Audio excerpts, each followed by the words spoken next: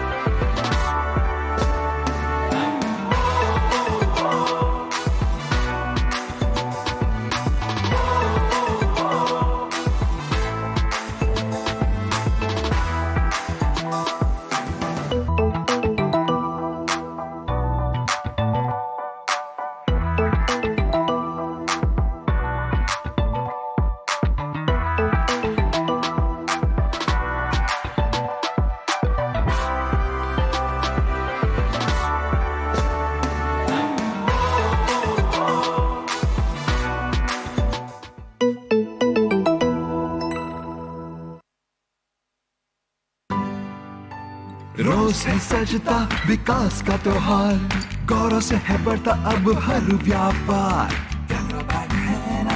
Canara MSME loan, Canara Bank, together we can.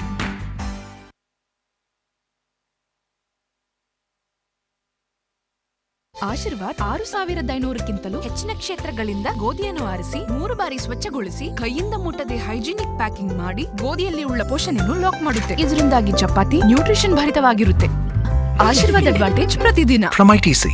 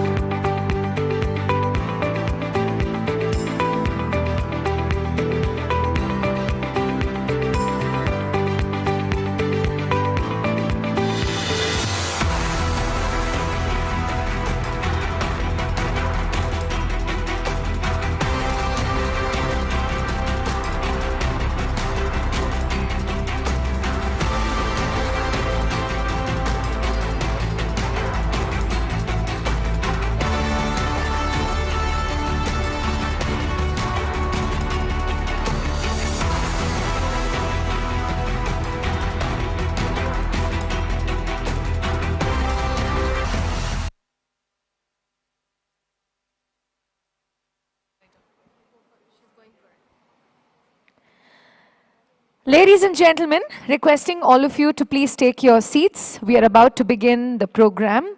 Before we start, a few housekeeping announcements. I request all of you to please keep your mobiles on a silent mode. In case you wish to tweet about the event today, please use the hashtag #BLMSME Conclave. It's #BLMSME Conclave. Please use this hashtag to tweet about today's event. We shall be starting shortly. Thank you.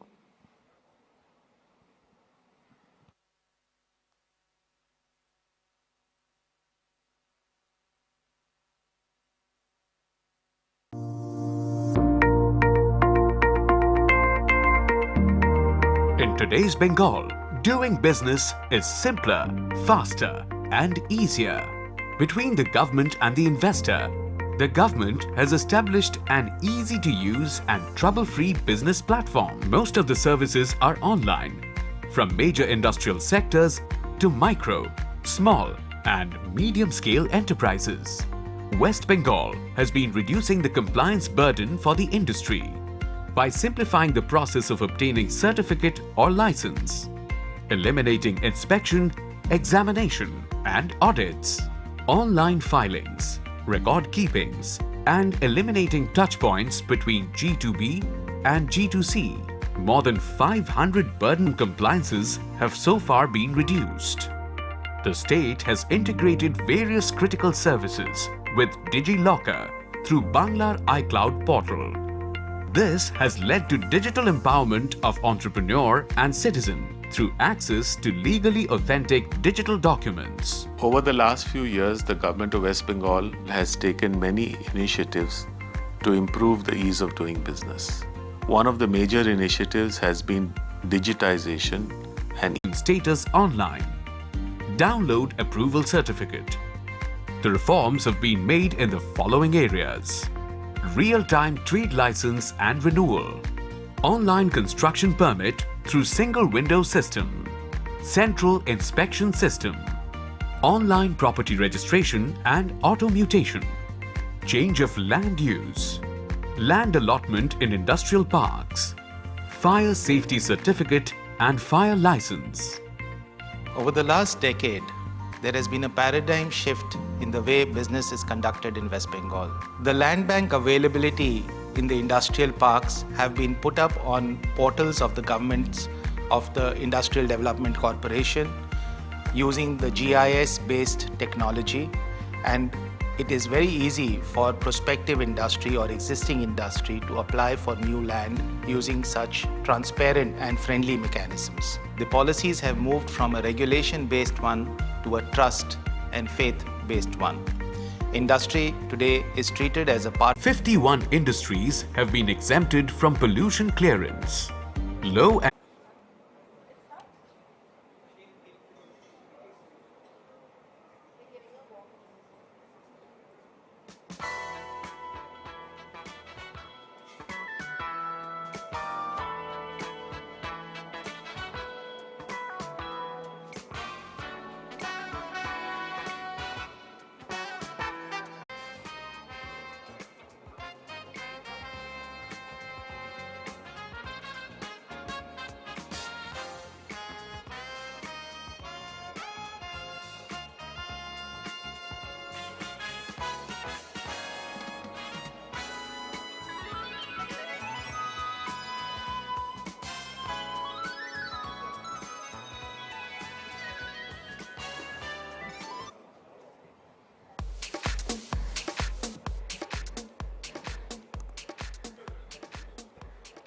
Okay, so as we start, I'd like to wish you all a very good evening. Aren't you happy seeing me here? Good evening. That was a good one. So good evening, ladies and gentlemen. Warm welcome. My name is Usha Melwani. To give you a brief outline of today's MSME Conclave, MSMEs contribute to 30% of India's GDP and almost 50% of India's export. They are the second largest employers after agriculture. No wonder they are considered to be the backbone of the Indian economy, and governments go out of the way to ensure supportive policies for this sector. Ladies and gentlemen, today is MSME Day. Please give them and yourselves a big round of applause for all your contribution. It's an immense honor for me to welcome you all to the Hindu BusinessLine MSME Growth Conclave. This exclusive conclave will celebrate micro, small and medium-sized enterprises as they emerge stronger from the aftermath of COVID-19 and will discuss in detail how MSMEs can be integrated more closely to the India growth story and how they can reimagine their business by leveraging technology and innovation. So this is something I learned a couple of years back and it really helps me. You know, whenever we go to an event, it's nice to know everybody who's seated right next to you on your table, isn't it? Do you want to quickly shake hands with each other and just... So please do two things. Introduce yourself and give one compliment to each other. Whatever you like about each other. Yeah. Let's do this. Take a minute, please. Let's just ensure, you know, we know everybody seated on our table, we are all friends, and give each other one compliment. So do you want to quickly also, one compliment, tell them one thing you like about them. It could be the dress they're wearing, the bag they're carrying, the phone, whatever, anything.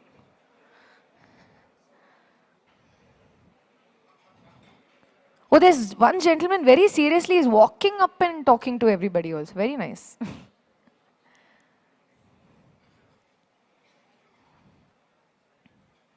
It's nice to know, did you compliment each other? What did you compliment sir about? His jacket is amazing. Yes, amazing jacket, sir. So what did you tell each other? I'm very curious to know. What did you tell each other? Massive victory in the elections. Absolutely, sir. Congratulations.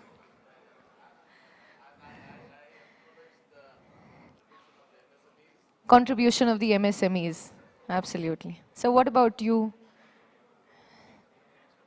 So you keep complimenting each other every day. So what about you, sir? He's a cool guy. Very nice. Okay.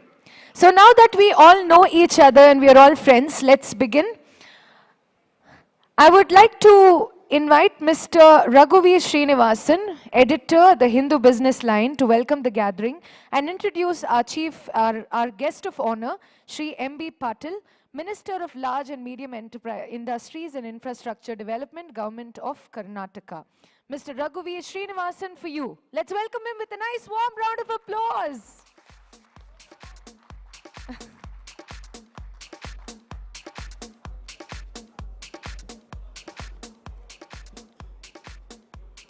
Good evening, everybody, and nice to see this large turnout here on a weekday, on a rainy Bangalore evening, braving the traffic. Thank you all so much for coming. Let me start by greeting you all. My hearty congratulations to you all on MSME Day. You guys are great. All the MSME representatives here, you're the backbone of industry in India, not just India, in the world. I was just reading a statistic that MSMEs account for 90% of business worldwide. That's UN data. And they account for almost 33% of 40% of global GDP. So that's an amazing number. And they employ over 2/3, they offer employments to over 2/3 of the global workforce, which is a massive piece of statistic. You guys are really the backbone, and you cannot be taken easily. And this event, which we are doing for the second time in Bangalore, we had it in the same auditorium last year as well. This is our way of felicitating the MSMEs who are contributing to India's growth and India's economy.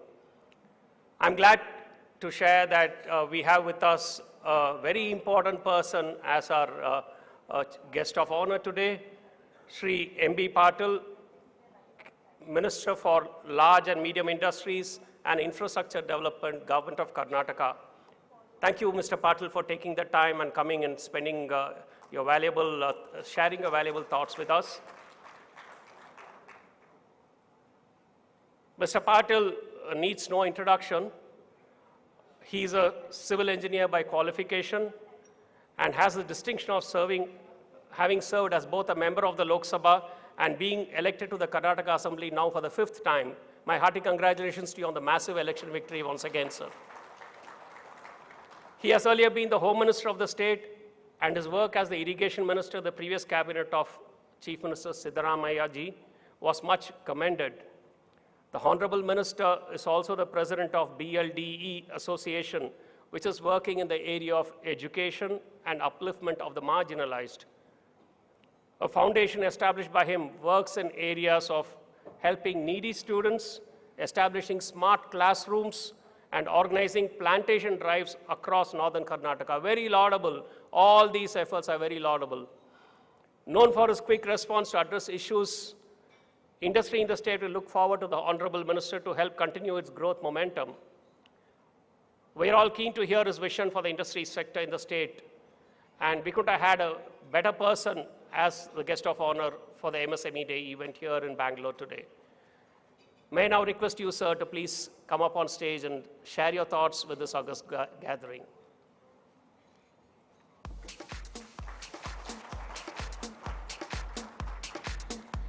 I'll request Mr. Raghav Srinivasan, sir, please, to welcome our guest of honor with a bouquet.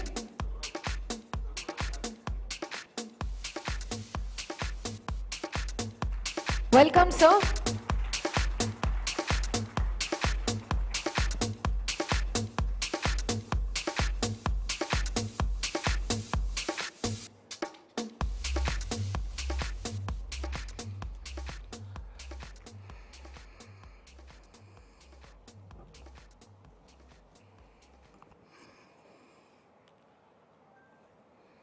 Good evening, everybody.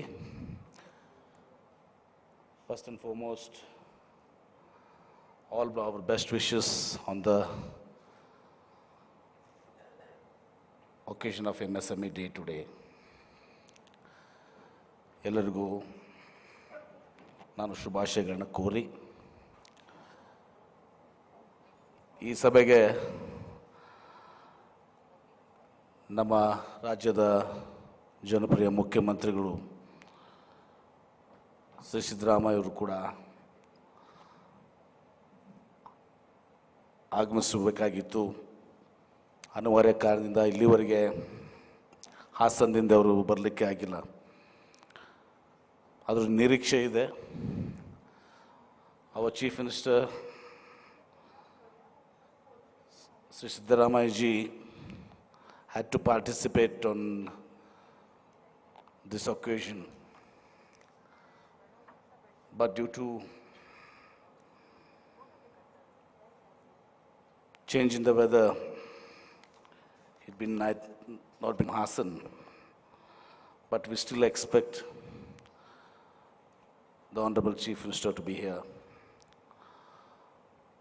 and address all you people. I also wish, on behalf of my Chief Minister, a happy MSME Day. In the introductory welcome in this country as well as across the globe,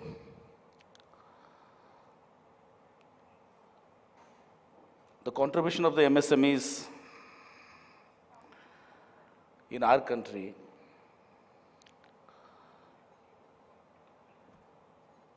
is very commendable. Yesterday I was in Hubli. I was on some visits of the industrial areas as well as some industries also. I was going to the statistics of the Hubli-Dharwad district.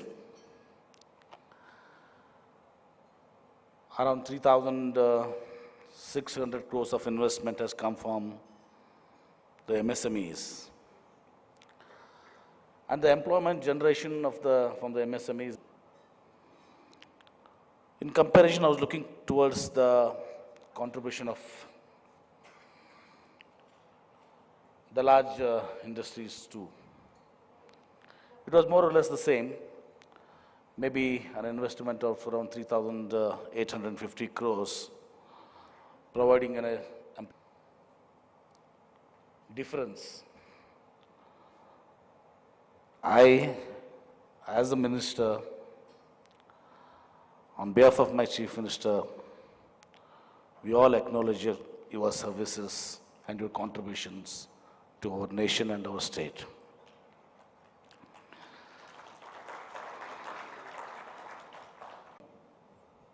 With the new government, popular government,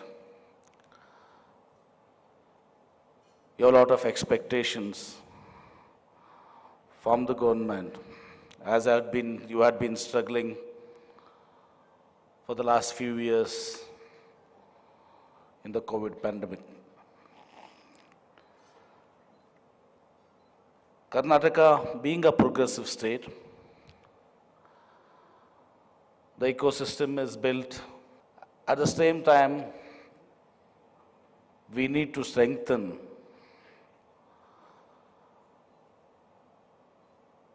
our MSMEs here in Karnataka. I and this government,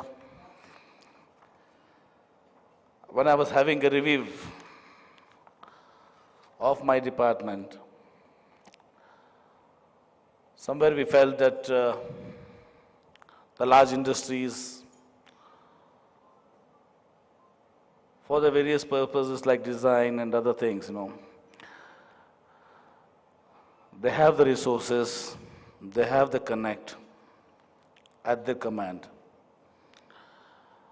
And in principle, we have decided to provide a toolkit, a much larger one, so that it will help the existing MSMEs to utilize it and improve their efficiency, as well as the new MSMEs who are going to be established here can also be benefited from them.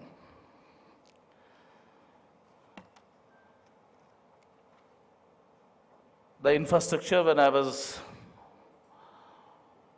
had visited Hubli yesterday, although the state has created a lot of infrastructure, it needs much more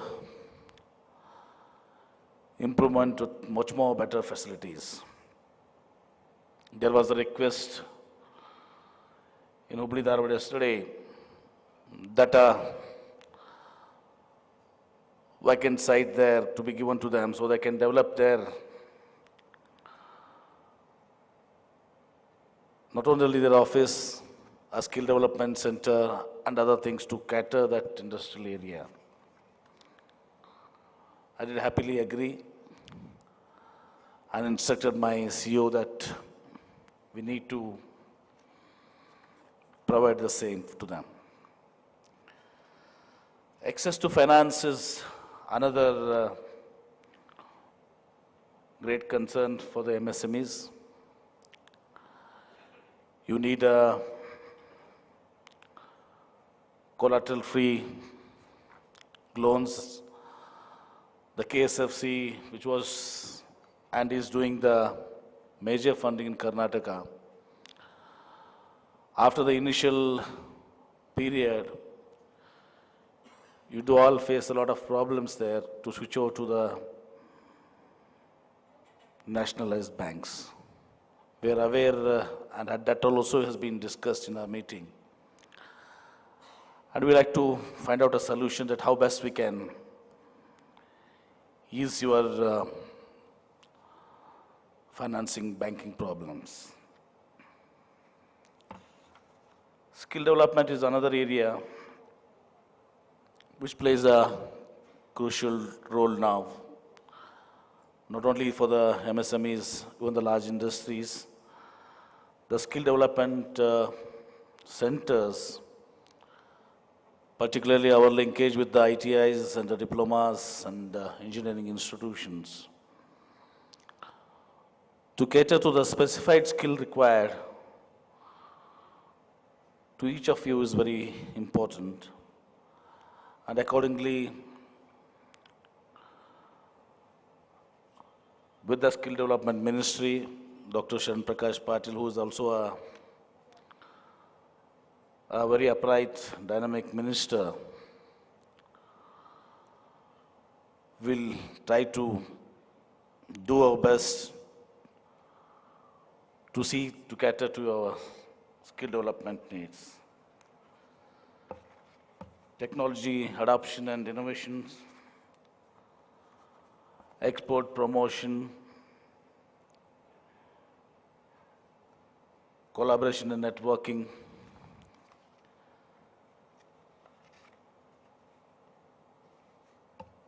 and of course, they all need to be strengthened, and the startup cell also is very important for the MSMEs. We have to empower our young graduates, our younger generation. We have the largest youth force in our country, which is going to be our greatest strength compared to any other country in this world.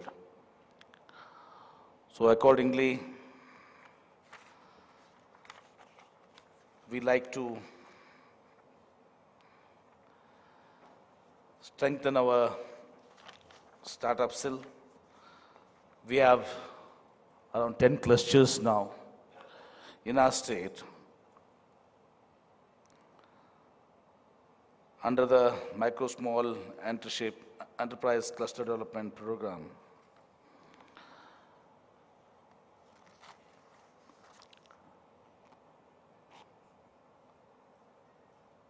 I am new to this ministry.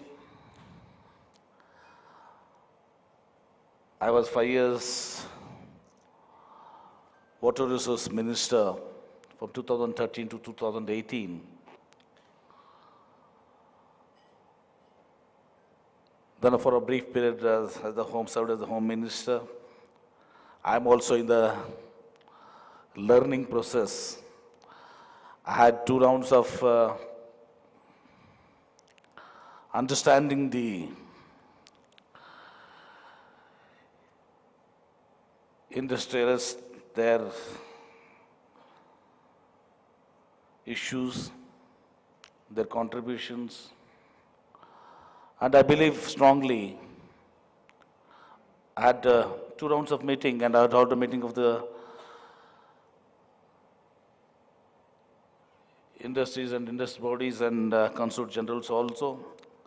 And in coming days, I look forward to have a separate meeting with all the MSME team here, and to understand more of your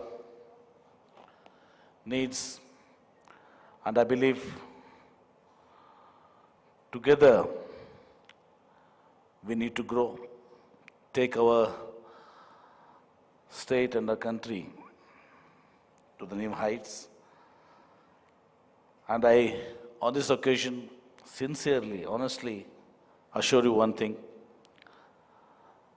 This government, headed by Siddaramaiah ji, and I as the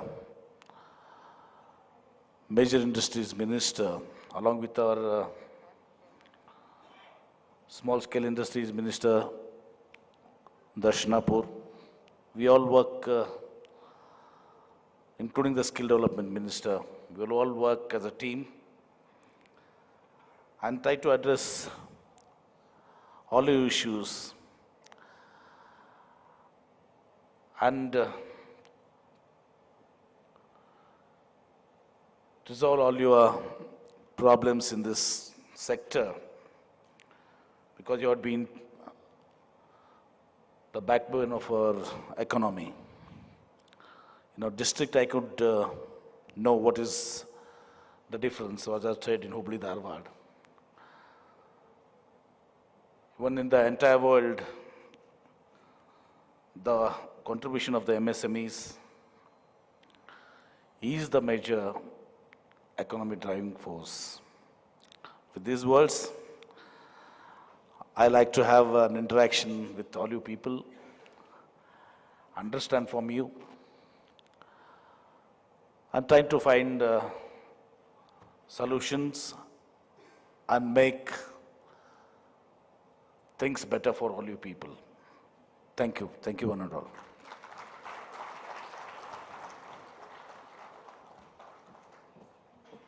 Thank you so much, sir. Sir, I'll request you to please come back on stage for another moment, sir. I'd like to request Mr. Suresh Balakrishna, Chief Revenue Officer, the Hindu Group, to please present Mr. Patil with a memento. This is a beautifully produced coffee table book on the wonder that was Harappan civilization.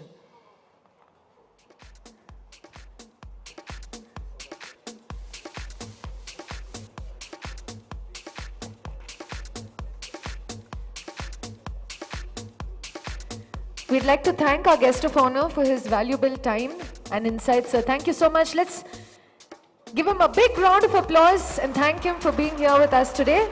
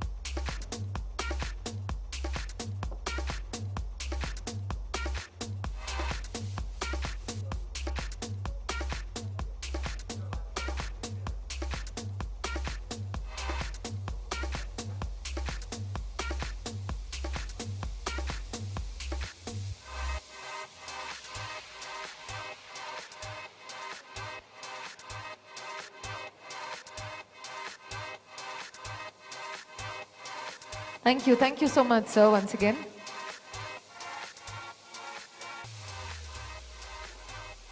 So we are all set to start our first panel discussion on interest rates and growth of MSMEs. The discussion will be moderated by Lokeshwari SK, Data Editor, the Hindu BusinessLine. Ma'am, can we please have you on the stage?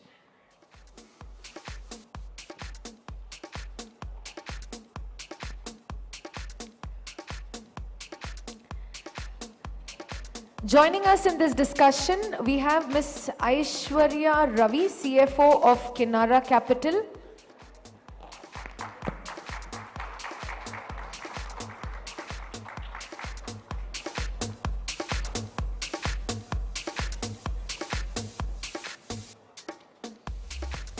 Ms. Aishwarya Ravi is the CFO of Kinara Capital, which believes in transforming lives, livelihoods and local economies by providing fast and flexible loans without collateral to small business entrepreneurs in India. The other interesting thing about Kinara is that of the top 8 management roles in the company, 6 are women, including the CEO and CFO. Yes, round of applause for that. I almost read her name as Aishwarya Rai. And then I carefully looked again to notice it was Aishwarya Ravi. Does that happen very often, ma'am? Yeah, it does? Okay. Joining us on the panel next is Mr. Shashidhar Shetty, President of CASIA. He is a trained chartered accountant and Managing Director of Protech Engineering Private Limited, a well-known company manufacturing automobile service equipment. He is also past president of Rotary Bangalore Udyog, past assistant governor, Rotary District 3190 and director, CASIA Credit Cooperative Society. He is an active advocate for the MSME sector. He has recently taken over as president of CASIA. Welcome, Mr. Shashidhar Shetty.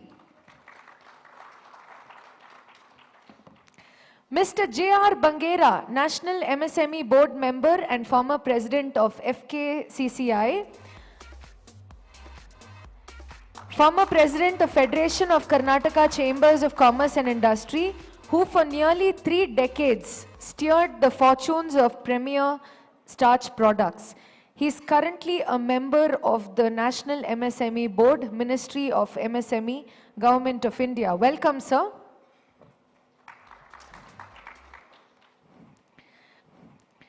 Mr. Sudhanshu Suman, General Manager of MSME Wing, Canara Bank, Bengaluru. He looks after the MSME wing at for startups and MSMEs in general. Yeah, so if you have an account in Canara Bank, let's hear that for him, please. I'm sure everyone does, sir. So with this, I'll hand it over to our moderator, Ms. Lokeshwari, ma'am, please. Hello. Good evening to everybody, and very happy. To begin with, I'd like to start the MSME sector also of the economy. Both the editor of BusinessLine as well as the minister mentioned it.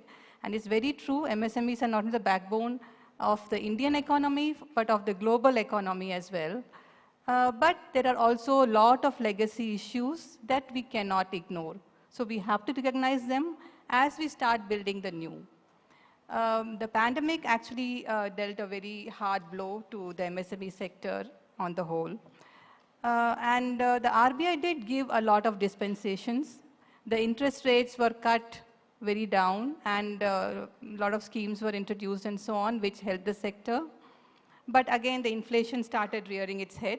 So the rates were hiked very sharply from last May by about 250 basis points. So this panel discussion is all about interest rates and the growth of economy. So we'll be talking mainly about the financing aspects of the economy of the MSMEs.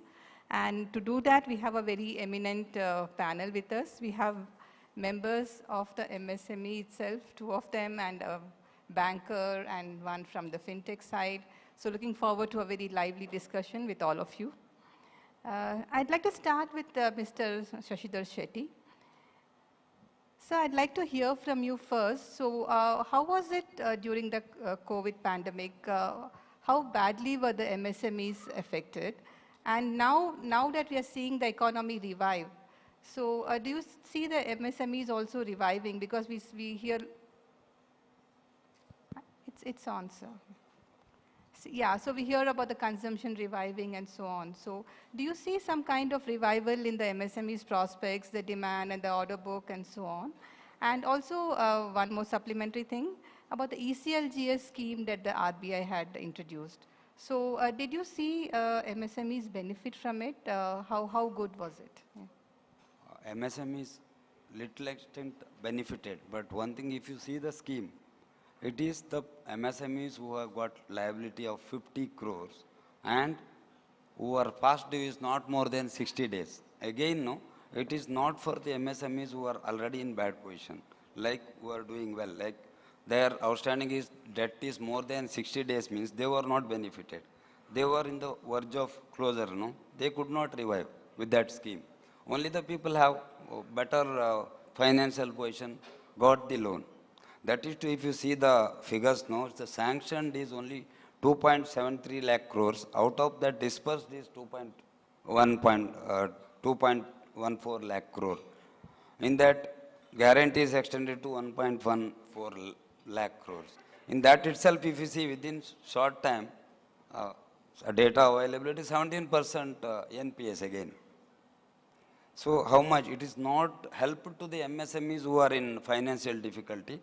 Maybe MSMEs who are okay, little bit okay with finance, got some benefit. But immediately after that, what happened, madam? Like input prices have gone up. COVID, some recovery started in between. Immediately raw material prices. If you see the steel price has become almost 90 to 100 rupees per kilo from 40 rupees.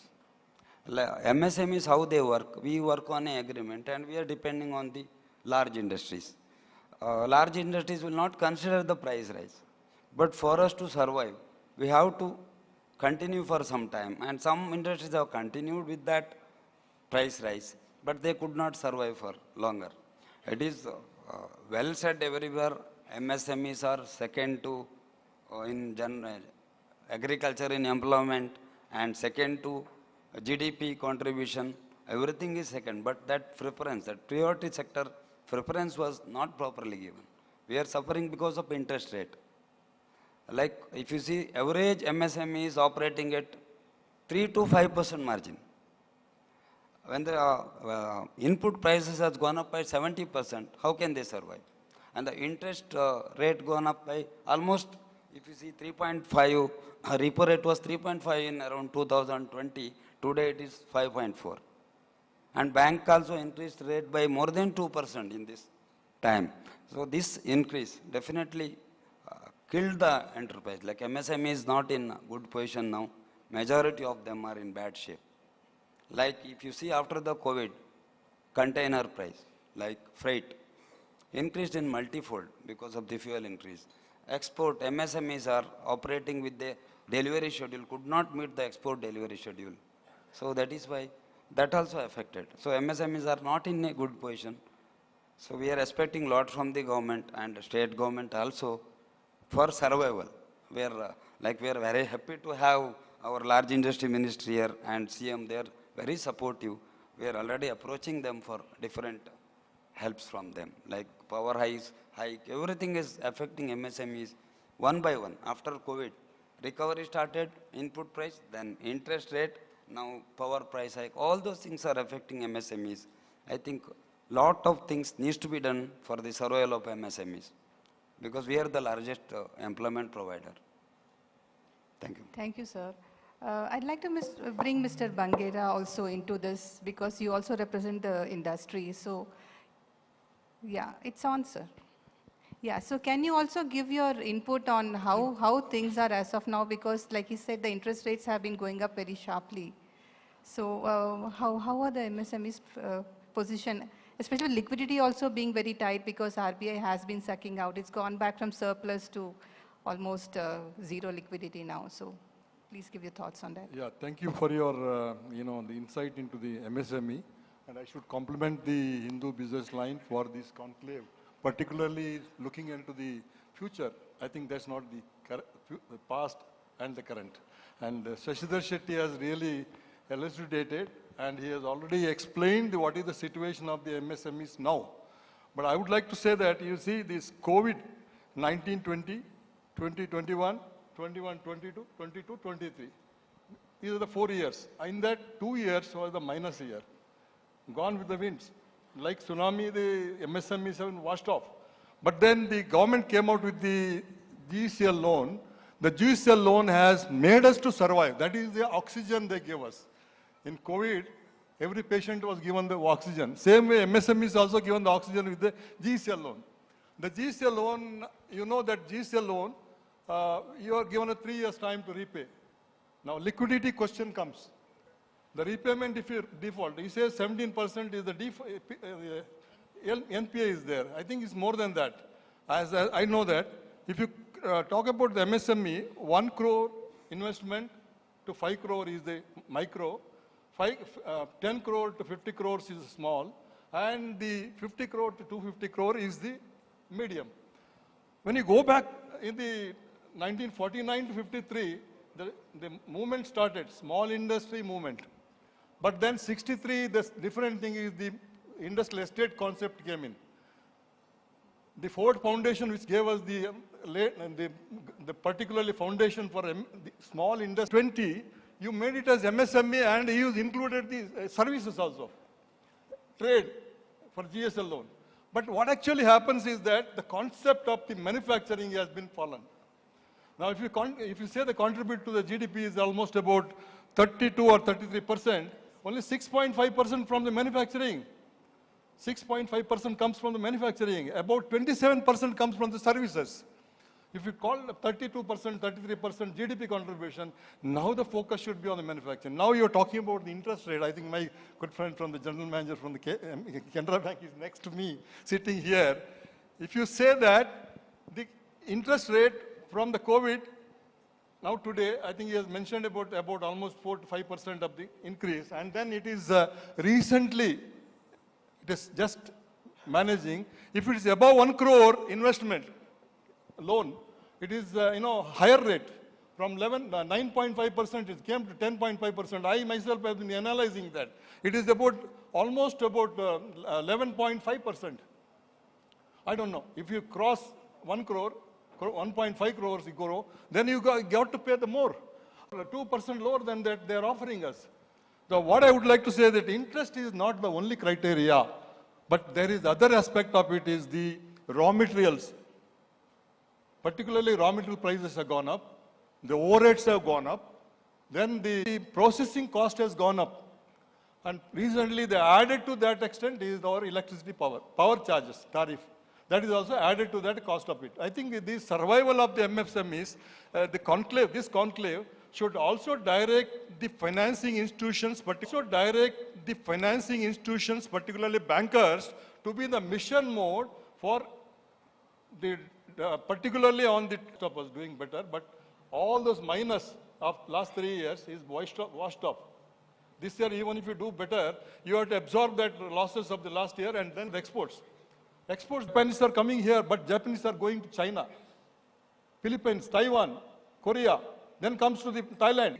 The focus of the government of Karnataka or government of India should not be only on that, financing of that part of it, but also the technology, imparting the technology. Financing cost is there. Access to the credit is the one part, and cost of the credit is the other part. Access to the credit, but now I think the micro industries, I am also heading an organization of the women entrepreneurs where there is only the small funds of 25,000 is given to them. I'm heading that thing. I think after COVID, everybody is vanished with the money. It's very difficult to trace them back. This is what has happened after COVID, I think during COVID. Thank you very much. I think your effort of the focusing on MSME is very excellent. I think I would like to say compliment the Hindu BusinessLine. I think let us hear from the... We'll be touching about other aspects also that you talked about shortly. I'd like to bring in Mr. Sudhanshu here because he did mention a few things about how the interest rates vary in public sector banks as the rates go up, as the quantum of the loan goes up and so on. So can you just touch upon what are the main dispensations that you give for MSMEs and what are the kind of help they're providing for technology like he asked? Yeah. Good evening all. I will start with the Shasidar's first point sir has raised regarding the emergency credit guarantee limit sir.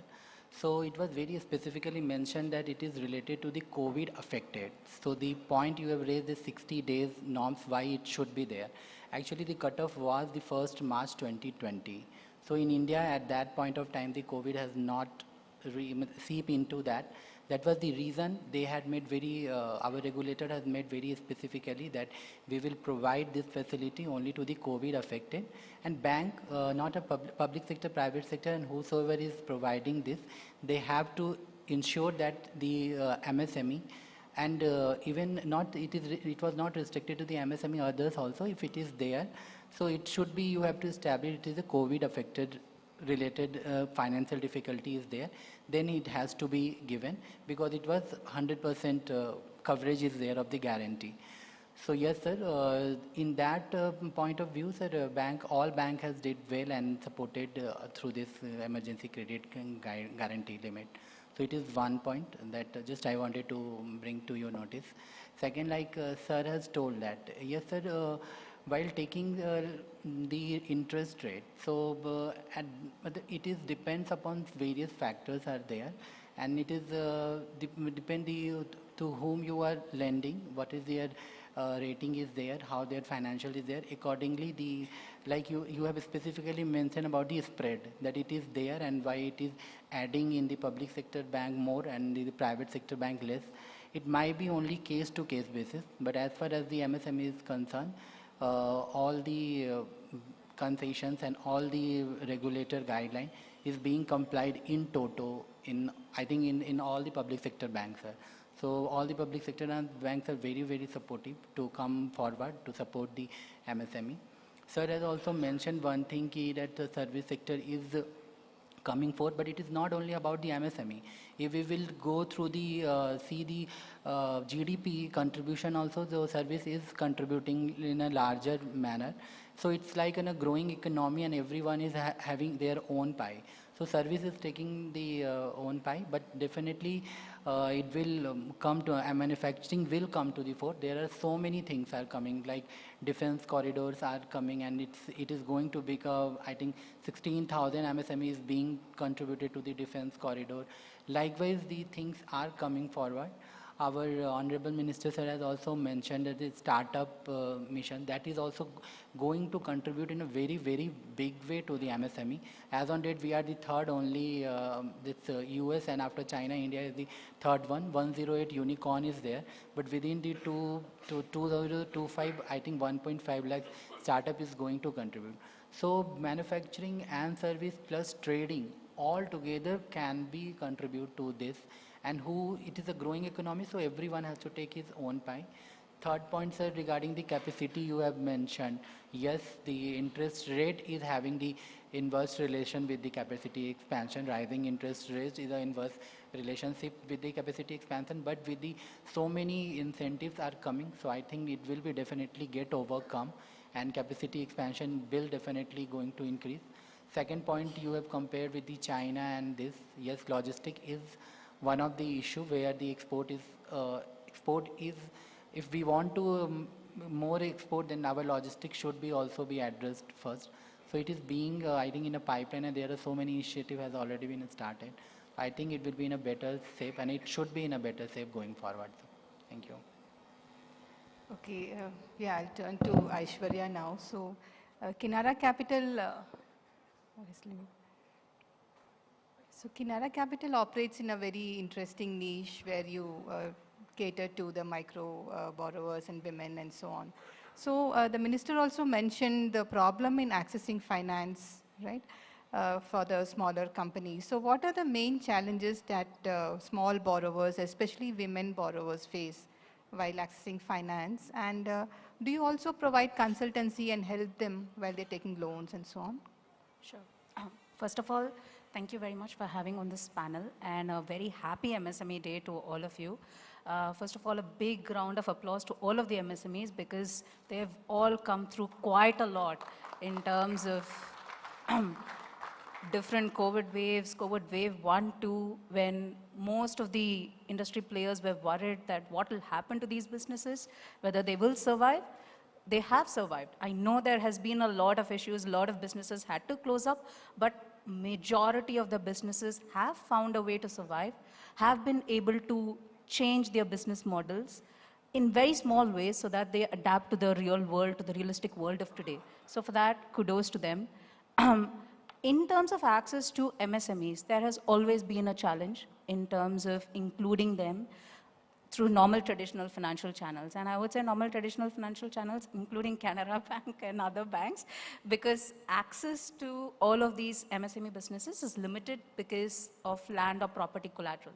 The biggest defining capital requirement checklist is whether you have a land or property collateral, and that sort of negates most of the businesses who want to get capital to grow their businesses. This is a fundamental problem.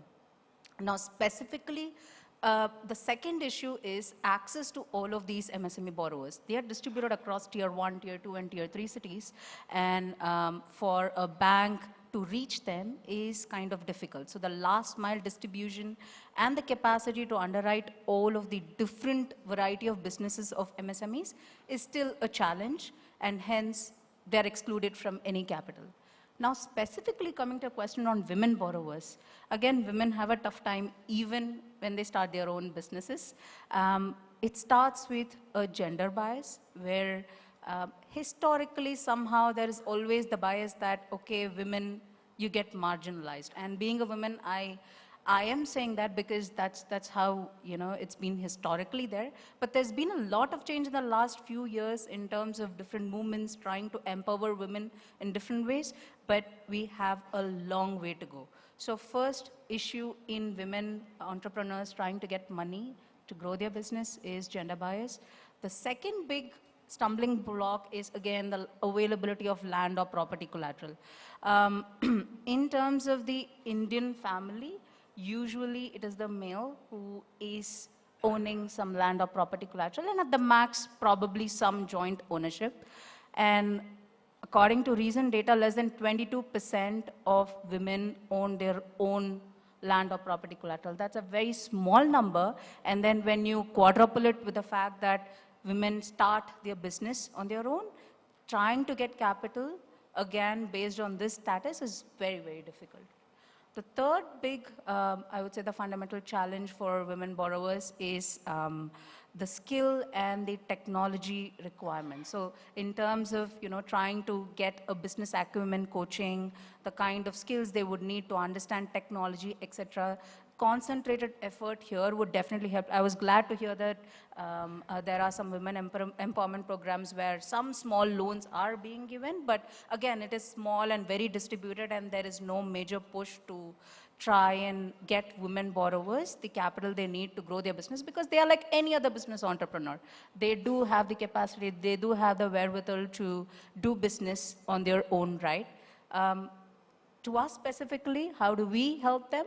We have a series in Kinara Capital where we call it Grow with Kinara, where we try and support and coach women borrowers to ensure that they understand the business dynamics, management lessons, leadership lessons, so that in some small way they can be upgraded into skillful business delivery.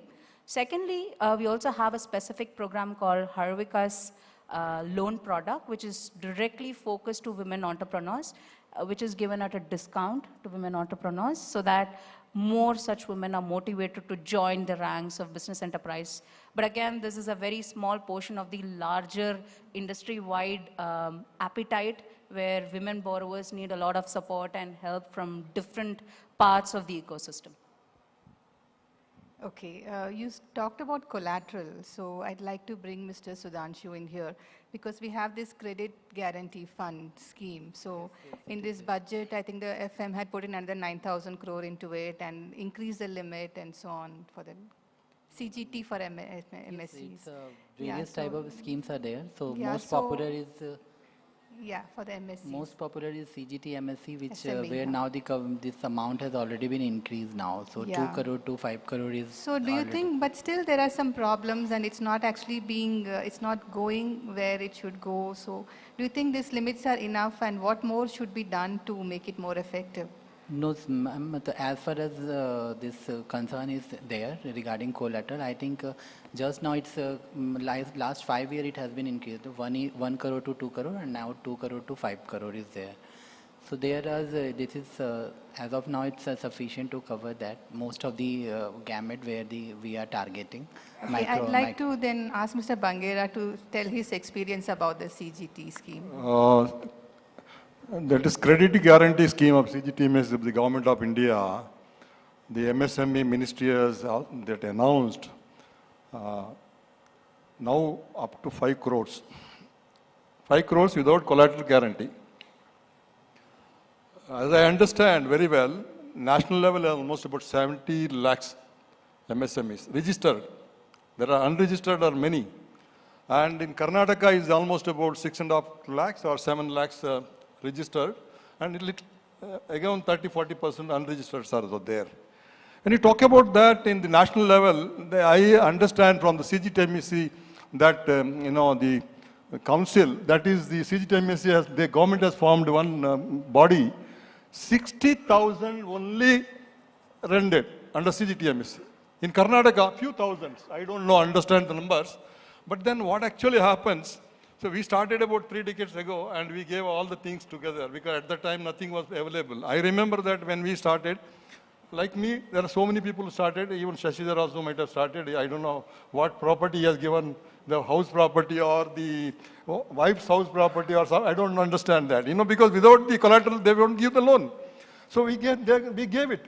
But when we approached them for the CGTMSE scheme today, they not even talk about it. We have sent it to the circle office, regional office and head office.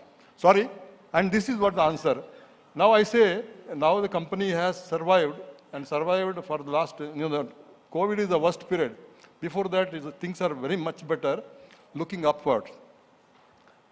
They are not ready to touch it.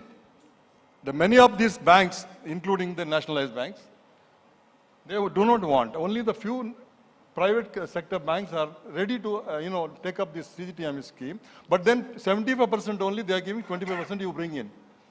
But under the startup schemes, many, have got that good support, because, it depends upon the technology, product, and services, the things. But existing industries, there should be support system coming in from the banks. So CGTMSE scheme, I feel is a very nice scheme to hear. And I myself in the board, I think I raised this issue of both TRDS and CGTMSE, both raised in the past. Now it has come to the, at the practical level. The banks should come forward. I just suggest to the banks, the financial institutions, that they should categorize under the star categories. Number 1 star, 2 star, 3 star, 5 star, that categories. And then you can always say that you can release it. The factory premises, factory property, everything is been mortgaged. That means it's under the collateral. You want today anything more, you have to go and register again. Again register.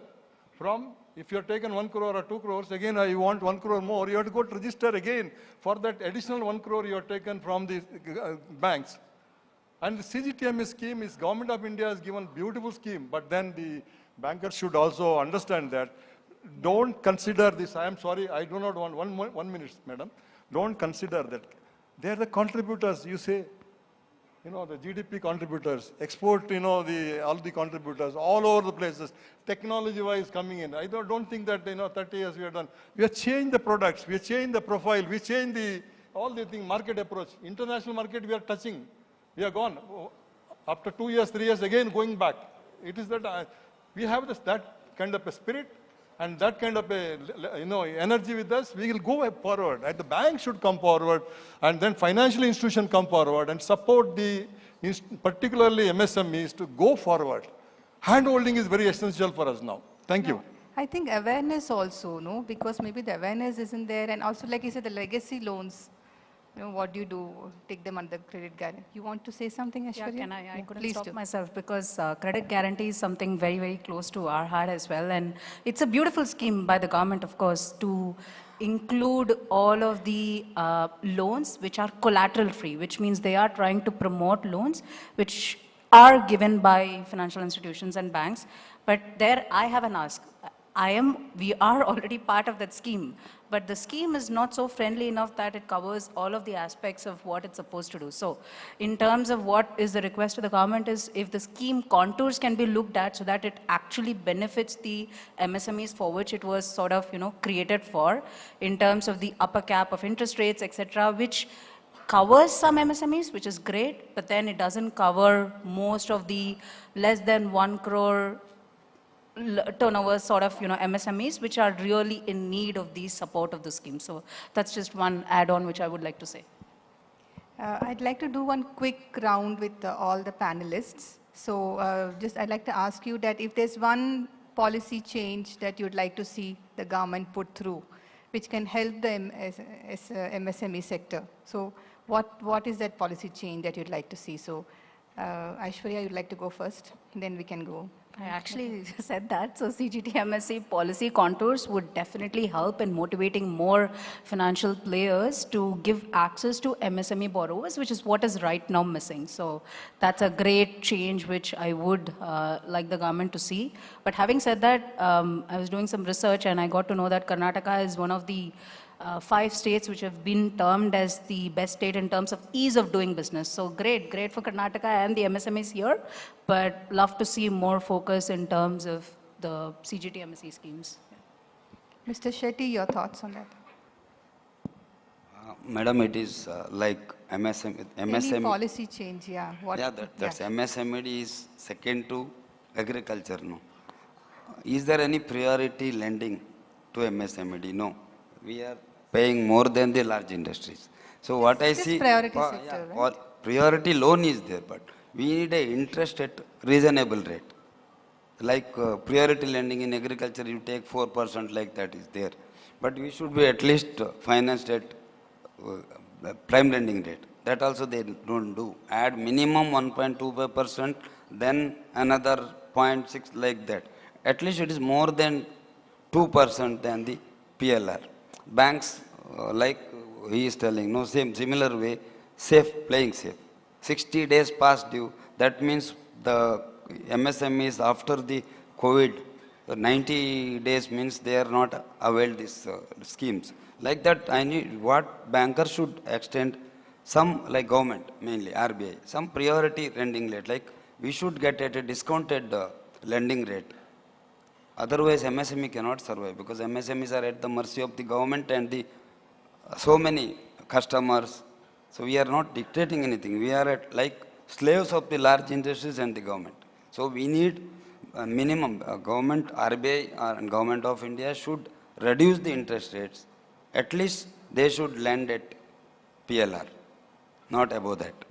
Okay, okay. I think he wants from the RBI, not from you, so it's fine.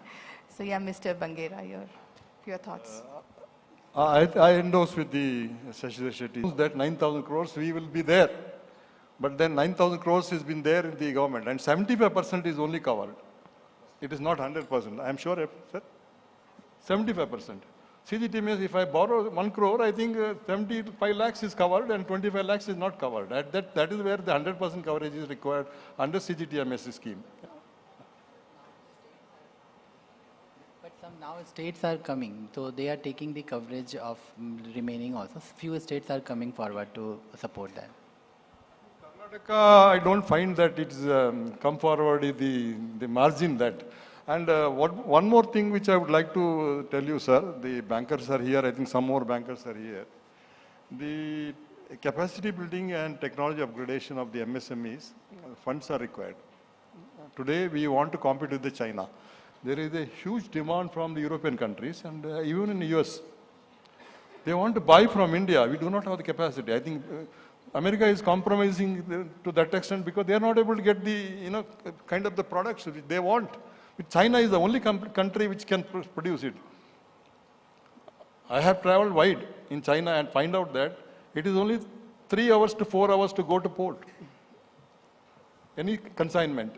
It's here from here to Bangalore or any other part. CGTMS scheme, if you bring in, make it mandatory to the bankers for that funding it. For example, if you would have funded 1.5 crores earlier under the collateral security, but if I want another 1 crore or 2 rupees for my expansion, if my track record is good, last 3, forget about 19, 20, 20, 21, 21, 22, 21, 22, 22, 23, 2 years. I think if you compare with these previous last 3 years balance sheet, I think it's not a space in your thing. You have to get the space elsewhere also.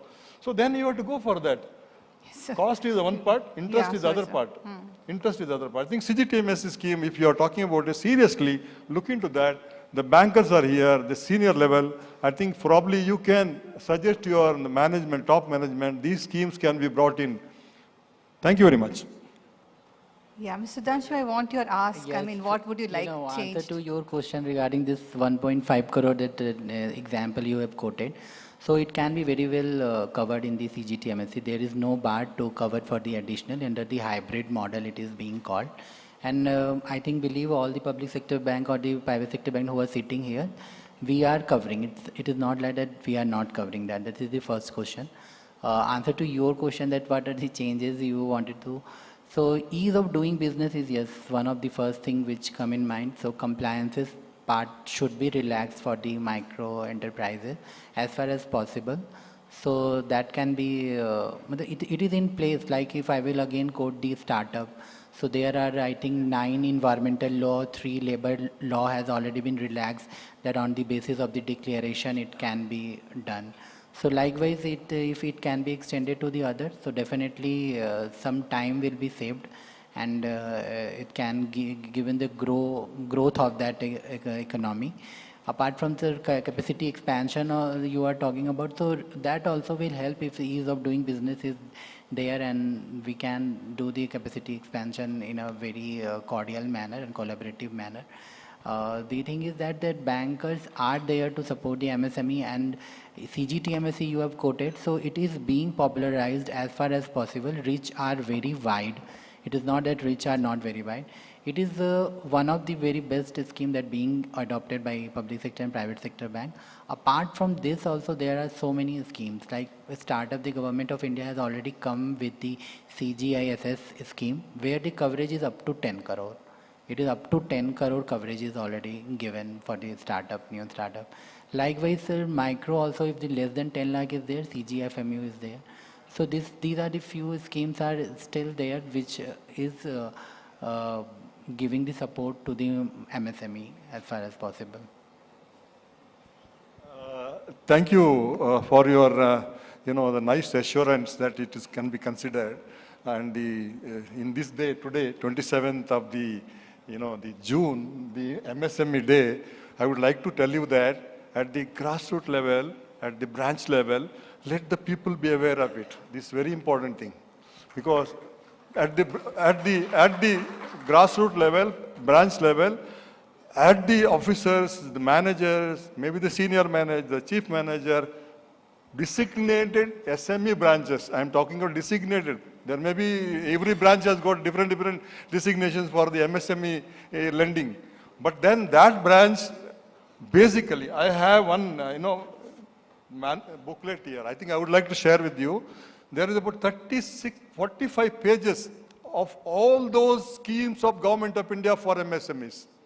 Now, I've been downloading and giving it to everyone, whoever I've come across, who is part of the MSME lending or MSME services, including the, your branches. I'm giving them, understand it, because there are so many schemes which are helpful for the development of MSMEs, and I would like to request you, sir, at the grassroots level, down the line, all the branches, let them be aware of all the schemes. Thank you very much.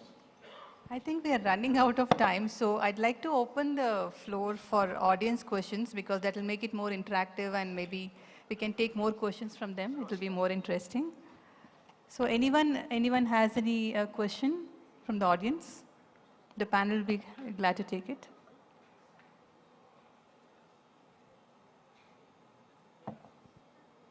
Oh, there's one here.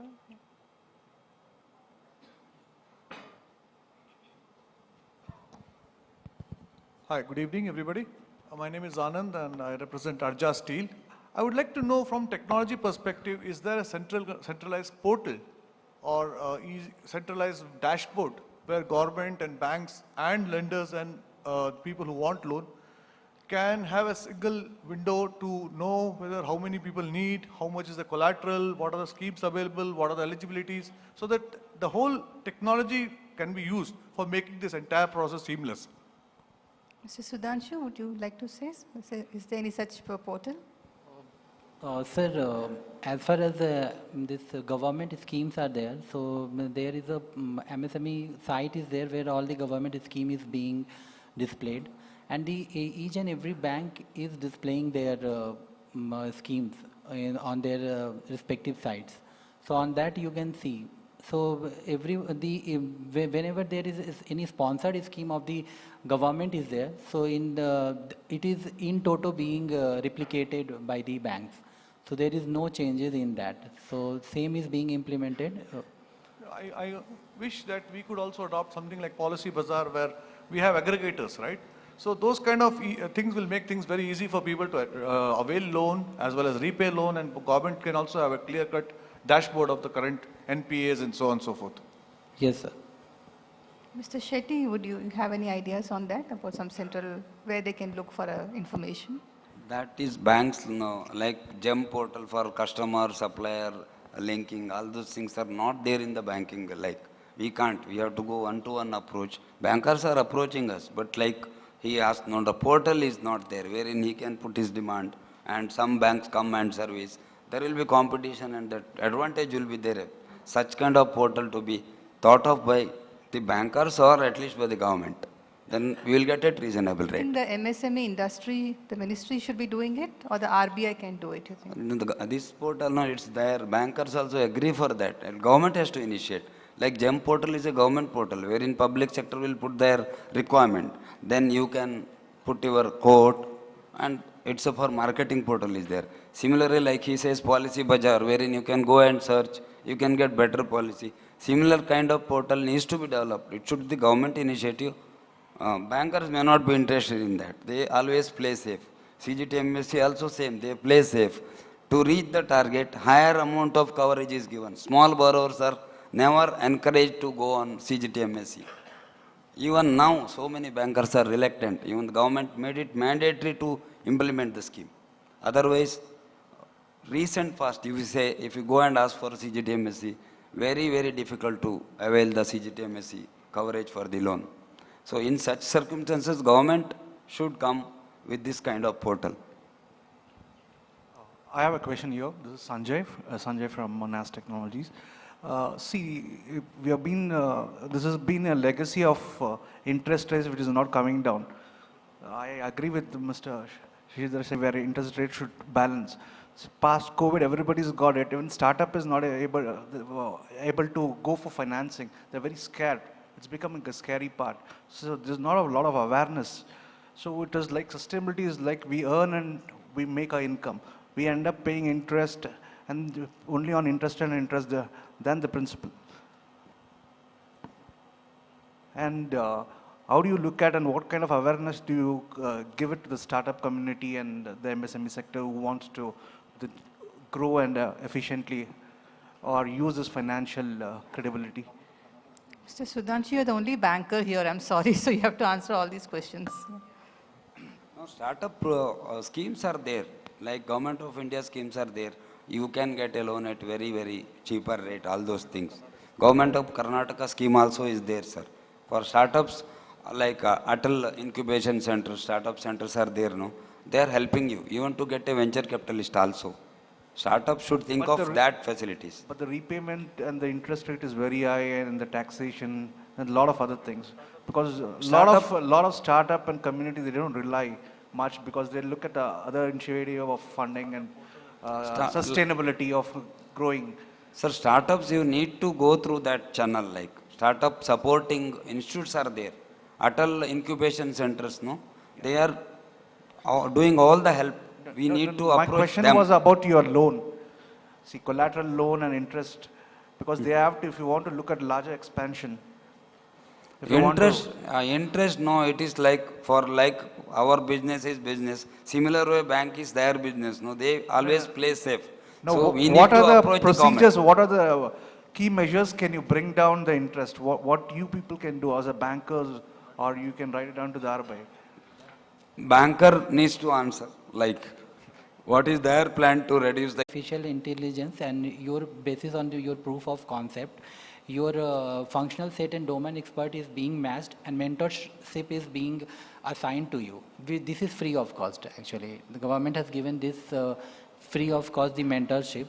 So yes, you have to, as far as bank is concerned and any financial institution has to enter into the stages. So there are different maturity stages of the startup. So the stage. We have seen number of schemes announced by the chief there. When do you call an MSME sick? So somebody has to identify the sickness in an MSME and make him survive. During my association with many of the vendor development, I brought up many MSMEs. They survived only for 3-4 years and then they collapsed. Is it the volume of orders they get from the industry, from the institutions? Or is there any umbrella from government which will look at them and identify them when they are sick and try to protect them or let them survive through schemes, whatever schemes they have announced? It is not the financial support. It is the talent support, skill support, or the number of manufacturing orders, let's say. If it is a manufacturing firm, manufacturing orders. IT is separate, of course. I'm referring to the manufacturing firms. Many of them start the machineries, procure the machinery, install them, even CNC machines, costing 25 lakhs, 30 lakhs each machine, from various countries, China and other places. In fact, we have funded many MSMEs to procure those machineries. And they have survived only for 2 years. After they completed their existing orders, that's the end of it. So something has to be done to integrate the MSMEs and perhaps even the startups under an umbrella from the government of India. I think the industry bodies do have some way to help MSMEs. And also the RBI has a scheme for rehabilitation and revival of MSMEs and so on. So I think you can tell briefly about it. Just to, I don't want to say anything more than what you talked about it. See, those startups which you started, some product idea, market, or services or the technology, whatever may be the thing, startups. And there is a startup scheme is there. Number of schemes are there. State government, central government, and banks also supporting the startup schemes. Basically, I don't want to say anything more. All seasoned and experienced pioneers are sitting here. It is only the product, market, and finance management is a very essential thing. I think basic things has to be taught to them. Whether startup, I know I have a wonderful idea. I have been attending these many colleges and giving the talk. Basically, I tell you that look at the finances first, then product, market. All three things, if you are able to do that, it will be successful. And one more thing I would like to tell you that GEM portal is there. GEM portal is a very good portal. I tell you, from CGTMSE, GEM portal. Next portal is the TREDS, Trade Related Discounting Scheme. Those who want to that, and the government supplies, but then we are insisting on the private large companies. Private large companies, we are asking them to register. If they register, government help. I'm telling you, we are pushing the government also to that. It should be, pressurized. For example, a large company, I don't know name the company. The large companies are there, which they do not want to register. I think there are so many suppliers are there. So I would like to tell you, all those people who would like to question this, I tell you one thing. First, GEM portal. Second is the TREDS. And then the startup avenues are there. I think CASE is one of the supporters of we are supporting, there are something. I am a past president of CASE, he is a current president. I'm just trying to tell you that we have been seeing this, growth. There is about 100 and odd startups, successful startups in particularly. All over India, we are stopping. But then we have to go forward. I feel that way. I think I do not want to contribute much more than that. I think somebody was mentioning about the success of the business. Yes. Success of the business become the product. Product innovation. Earlier it was 25 years. It is now less than 10 years. Less than 10 years. You have to change, innovate, modify, and then go forward. I think this is where I would like to tell my young entrepreneurs. When I talk to them, I tell them that don't think of 25 years now. 25 years is gone. It is only 5 years, 10 years. I think Mr. Shetty would like to say something. His question is about the sickness. When industry is sick, that assessment we have to do, but we fail in that because the pride stops us from assessing that. We struggle. MSMEs will struggle till the end. Bankers immediately, once they realize, they will not show any courtesy on you. They try to recover their own, some OTS or something. The moment MSME goes sick, no. Their properties, house property, all those things are pledged to the bank. End of the day, MSME entrepreneur, moment he reaches sickness, he is not going to get any benefit. Like we demand for exit policy, like MSMEs, honorable exit, if you don't want to close the time, some support from the government. That bankruptcy, the Indians are the last people to avail that. That is why government come out with the exit policy. MSMEs, when they are sick, bank and government, it's going beyond control. There should be some exit policy wherein MSMEs can, at least with some pride, they can close their business. That is not there. Sick means they are out of the business. And our pride, that stops us from assessing our sickness. We struggle because MSMEs are throughout their struggle. So that struggle continues till the end. So sickness is not noticed. We will see that industry is closed, properties are auctioned. That is why, unless until government come out with some scheme, then only that sickness, some control can be done, some help should come from the bankers and government. And bankers comes, they give waive off all the interest, you pay the principal, that means MSME is gone.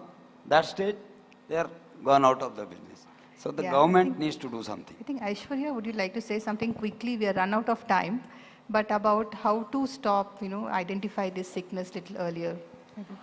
So it's a tricky question. Nobody can identify it before it happens. If that was the case, all the underwriting would be like non-existent, because if you can identify the probability of default rates of any particular system, also not to just give the loan, but then to have a regular follow-up after giving the loan, because we are also needing to be conscious of the fact that we are growing the MSME entrepreneurs. So trying to get an assessment of the MSME business enterprises on a regular basis, fact checks and kind of financial assessments on our on borrowers, and even giving them, templates to try and figure out if they can assess themselves on their own, can at least give them leading indicators of when or how or if they are falling down the curve, and so that they can take some extra measures so that they can avoid the sickness.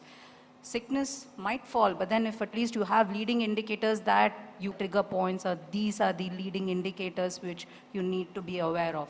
And it all comes back to awareness of running a business and having the skill set to assess the business, and small, podcasts or small teaching elements in terms of skill developing these business entrepreneurs will go a long way in self-assessment and ensuring that they avoid sickness. Okay. So to wind up, so there are schemes, the government is doing a lot, but yeah, the banks are also having a lot of schemes, but the awareness needs to build, need to reach out to the MSMEs and say it's there, and maybe some tweaks are also needed to some of the important schemes. And yes, these are very difficult times. Rates have been going up. I know everyone's having a repayment problem, but I'm sure we'll all come out stronger in all this. Yeah. Thank you very much.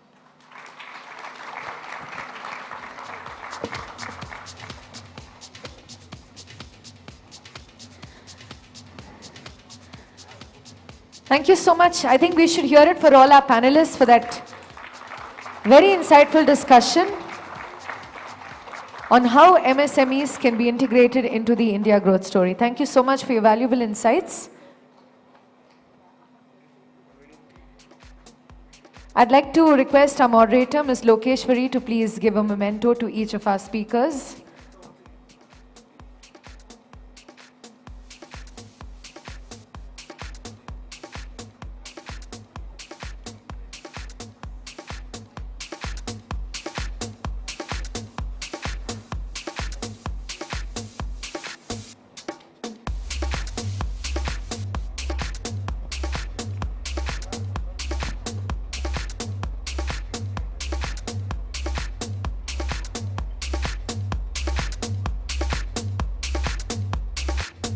Well, if you truly enjoyed the discussion, I think they deserve a bigger round of applause.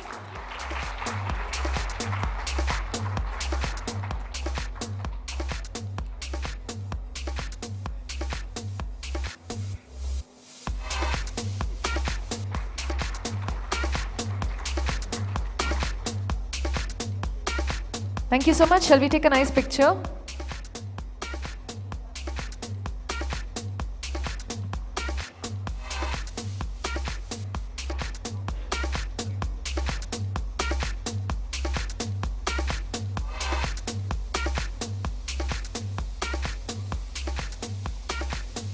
Thank you.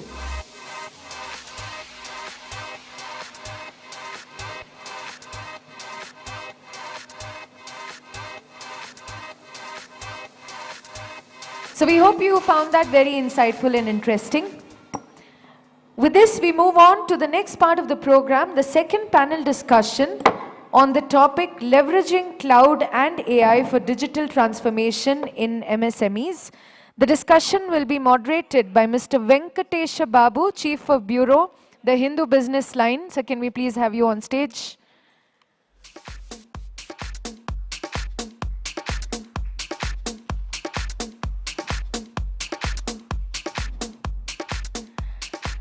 May I invite our panelists, Mr. Rajiv Singh, Vice President and Business Head of Mid-Market and Emerging Business, SAP Indian Subcontinent, to join us on stage. Mr. Rajiv Singh is responsible for driving SAP's business strategy, revenue and customer success in mid-market and emerging businesses for SAP in India. He has been with SAP for nearly a decade in various leadership roles and has been recognized as the distinguished leader across SAP Asia Pacific region.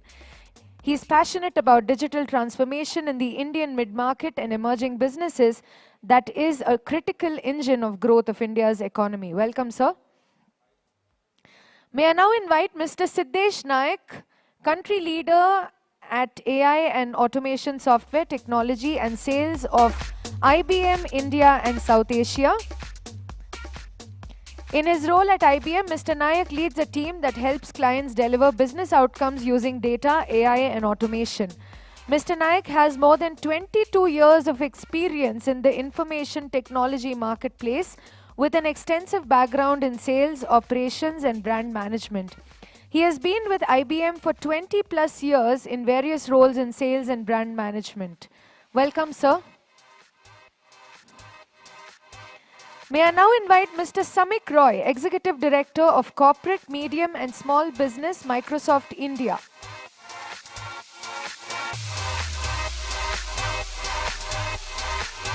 Mr. Samik Roy leads the corporate, medium and small businesses at Microsoft India. In this role, he focuses on enabling his team and the partner ecosystem to empower organizations overcome challenges by leveraging cloud solutions and optimizing their business processes. Having spent more than a decade in the company, Mr. Roy has successfully transformed and led many businesses to greater heights. He successfully led corporate and digital sales, modern work, security and dynamics businesses in India. Welcome, sir. Joining us next is Mr. Rajat Shikhar, co-founder and CPO of DealShare. DealShare, a leading social commerce unicorn. Prior to joining DealShare, he worked with a number of well-known brands including Foodpanda, Jabong and Myntra. He co-founded two companies, Figwish and Buzzle. He has also advised firms in the AI, ML-based medical and consumer service sectors. Welcome, sir. And with this, I'll hand it over to our moderator, Mr. Venkatesha, sir. Hey, good evening, everybody. Thank you once again for being here. After that feisty exchange of ideas of the last panel, I don't know whether I'll be able to top Loki's panel. But I have very good assistants in this four gentlemen over here, very experienced, very knowledgeable. I hope to leverage their experience to get some insights for all of us. When this topic was initially proposed to me of leveraging cloud and AI for digital transformation of MSMEs, I was a little bit skeptical. I recall a conversation I had sometime in either late 2017 or early 2018, I forget the exact time frame, with a small auto component manufacturer based out of Pina in Bangalore. A couple of our panelists, by the way, have flown all the way from Delhi to be here. Please give them a round of, both Samik and Rajiv have flown in from Delhi to be here. Thank you, gentlemen, for that. So Pina, for those who are not very familiar, is an industrial estate here, you know. And when I was speaking to him about adopting newer technologies for digital transformation, the president of the company laughed at me and he said, "What cloud? Only dark clouds right now, Venkatesh." And AI, don't even get me started. We are way, way off from even thinking along those lines. But when I recently, about 4 or 5 months back, had an opportunity to meet with him again, the perspective had dramatically changed. What changed? The pandemic is what drove a lot of these MSMEs to rethink what they thought was a luxury to becoming a necessity. Either cloud is no more a luxury. We have heard all the stats by now. 30% of India's GDP comes from MSMEs. 50% of our exports are dependent on MSMEs. About 120 million people in the country are employed by MSMEs. About 95–96% of all MSMEs are actually micro enterprises, not even small or medium. That is the kind of challenge we are trying to address. So for getting these kind of companies to actually adopt technology to compete not just nationally but internationally is a huge challenge. The three companies, major companies out there, I'll come to Rajat in a minute, neither Microsoft, SAP or IBM need any introduction. They have shaped our technology lives and continue to shape the way we look at, consume, and evolve technology. Rajat's case, of course, I'm very happy to have him on the panel because he's one of the use cases of how this end technology is actually deployed. Deal share, when I met them, the 4 co-founders about 5 years back, they were a startup. There aren't too many startups coming out of Jaipur. So I was a little bit both intrigued at that point of time. They have had a phenomenal run. They do, I think that they got close to about $1 billion in GMV. Not many 5-year-old companies can boast of that kind of growth rate. It's been an amazing success story. They've had their share of challenges as the market evolves. To hear about all this journey, I want to start off by asking Samik, why don't you go first? Give us your vision of how do you think MSMEs can actually leverage both cloud and AI to digitally transform. I laid out to you the kind of challenges they face. 95 to 96% are micro, not even small and medium enterprises. How do you actually go out and convince these people to adapt, to change, to invest, make this kind of challenges? Sure. And first of all, good evening. Thank you for having me over here. So let me first start with the mission of Microsoft. And it's a mission to empower every person and every organization on the planet to achieve more. It consciously uses the word person and organization. Small companies, medium companies, as well as large companies, so that we can contribute to the betterment of society and to the planet only. I think you said a very important thing, and I would like to start from there. When we look at the market and MSMEs, across the last 2-3 years, we have been through a number of stages. When the pandemic came in, just before that, everybody was very used to working in one environment. Within the office, secured networks, if you can call it, correct? Which is what I call as the work from office stage. And when the pandemic struck and there was a complete shutdown, then it moved from that to a stage of people had to work from home. And we call that as work from home, right? And then when slowly things started becoming better, we moved from a work from home stage to a work from anywhere stage. And then as things started limping out, where we are today, people are talking about a hybrid workplace. And many of the MSMEs says, if they are small, then please come back to office, so it is back to office, okay? But very clear 4 stages: work from office, work from home, work from anywhere, hybrid workplace. What it did across the past few years was, as you rightly said, it forced organizations to go to the cloud. Organizations who were very anti-cloud at this point of time. I mean, Microsoft went on the cloud 7 years ago, or even before that, right? You know, for various reasons. They were very comfortable with on-prem softwares. They thought that that was more secured. But this forced them to work off the cloud. And that was a very good thing, because what it did is, it accelerated digital transformation in India and in MSMEs by a couple of years. So people went on the cloud, and many people started realizing the benefits on the cloud. Okay? The second thing which happened is, when people started working from home and working from anywhere, if you all remember, India unfortunately had the highest number of ransomware and malware attacks. When schools and offices and colleges and universities were trying to use it, there was a lot of vandalism. So suddenly people realized the value of security. So security, which was always thought about and something was in the back burner, became one of the priorities. So there was cloud adoption which came in, and there was security which came in. Very good steps to digital transformation. And every organization went through it. Now when people are back to offices, people are sticking to the cloud, which is very, very good. Now what's happened is, as we have all come out from the pandemic, we have come into a very different economic environment because of many challenges. Some of them global challenges, some of them world challenges, and some of them in India challenges. I think the previous panel completely spoke about those challenges and inflation and high interest rate, correct? But what we noticed is the organizations which had adopted this digital technology actually fared better than all those organizations which did not do that.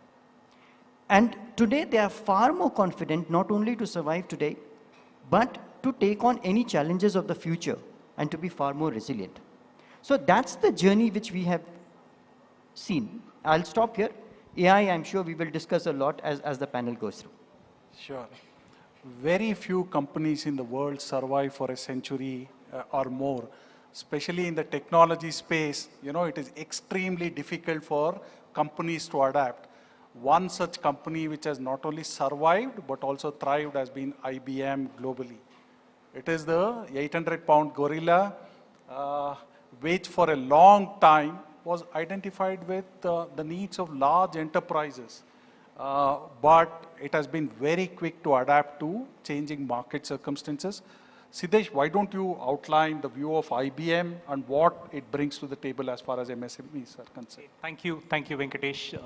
Good evening, ladies and gentlemen. Thank you for having us here on this MSME conclave. So like Venkatesh, you said, the pandemic was really tough on the MSMEs, but there was a silver lining there. One of the pieces that really happened during the pandemic phase was a very, very rapid adoption of technology. And when you look at the MSMEs, like you said, it's the second most important sector in the country. 30% contribution to the GDP, 120 million people, you just call that out. Second only to agriculture, right? I think from the way we all deal with the MSMEs, we all have a long, long way to go. And I want to be brutally honest here. We've just touched the tip of the iceberg. We all have a very, very significant distance to cover when it comes to how do we get the MSMEs to embrace technology, embrace innovation. We had the gentleman from NASSCOM call that out during the last question answer session. How do they lay the technology foundation of embracing, how do I make use of the data, the operational data that I run the organization on, how do I make that data as an asset that helps me drive my business to newer heights?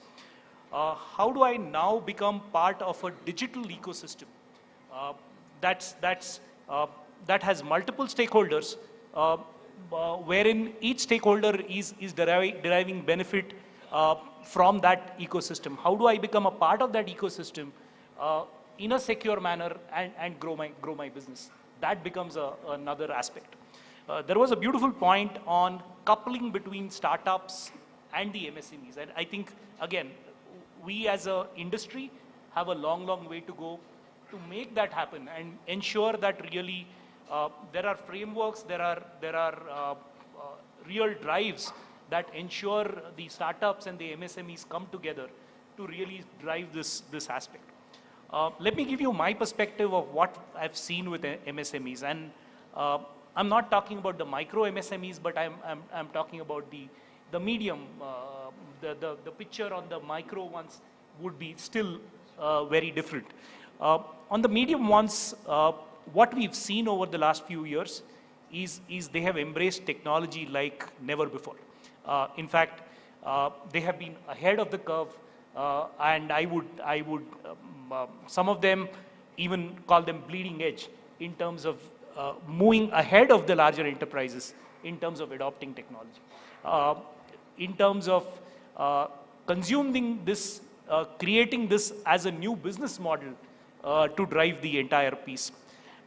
In fact, not a very MSME piece, but I want to cite an example of where India has been extremely successful, is the fintech integration story.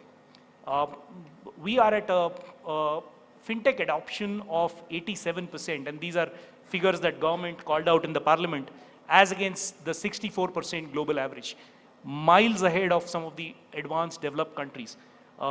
Amazing piece that's happening wherein the fintechs and the banks collaborate with each other. The bank brings in a client base which is there with the bank for decades, trusted clients, the trust element. The fintech brings in the new age models, brings in the technology, brings in the ability to take the bank to very, very different areas which they've never touched before.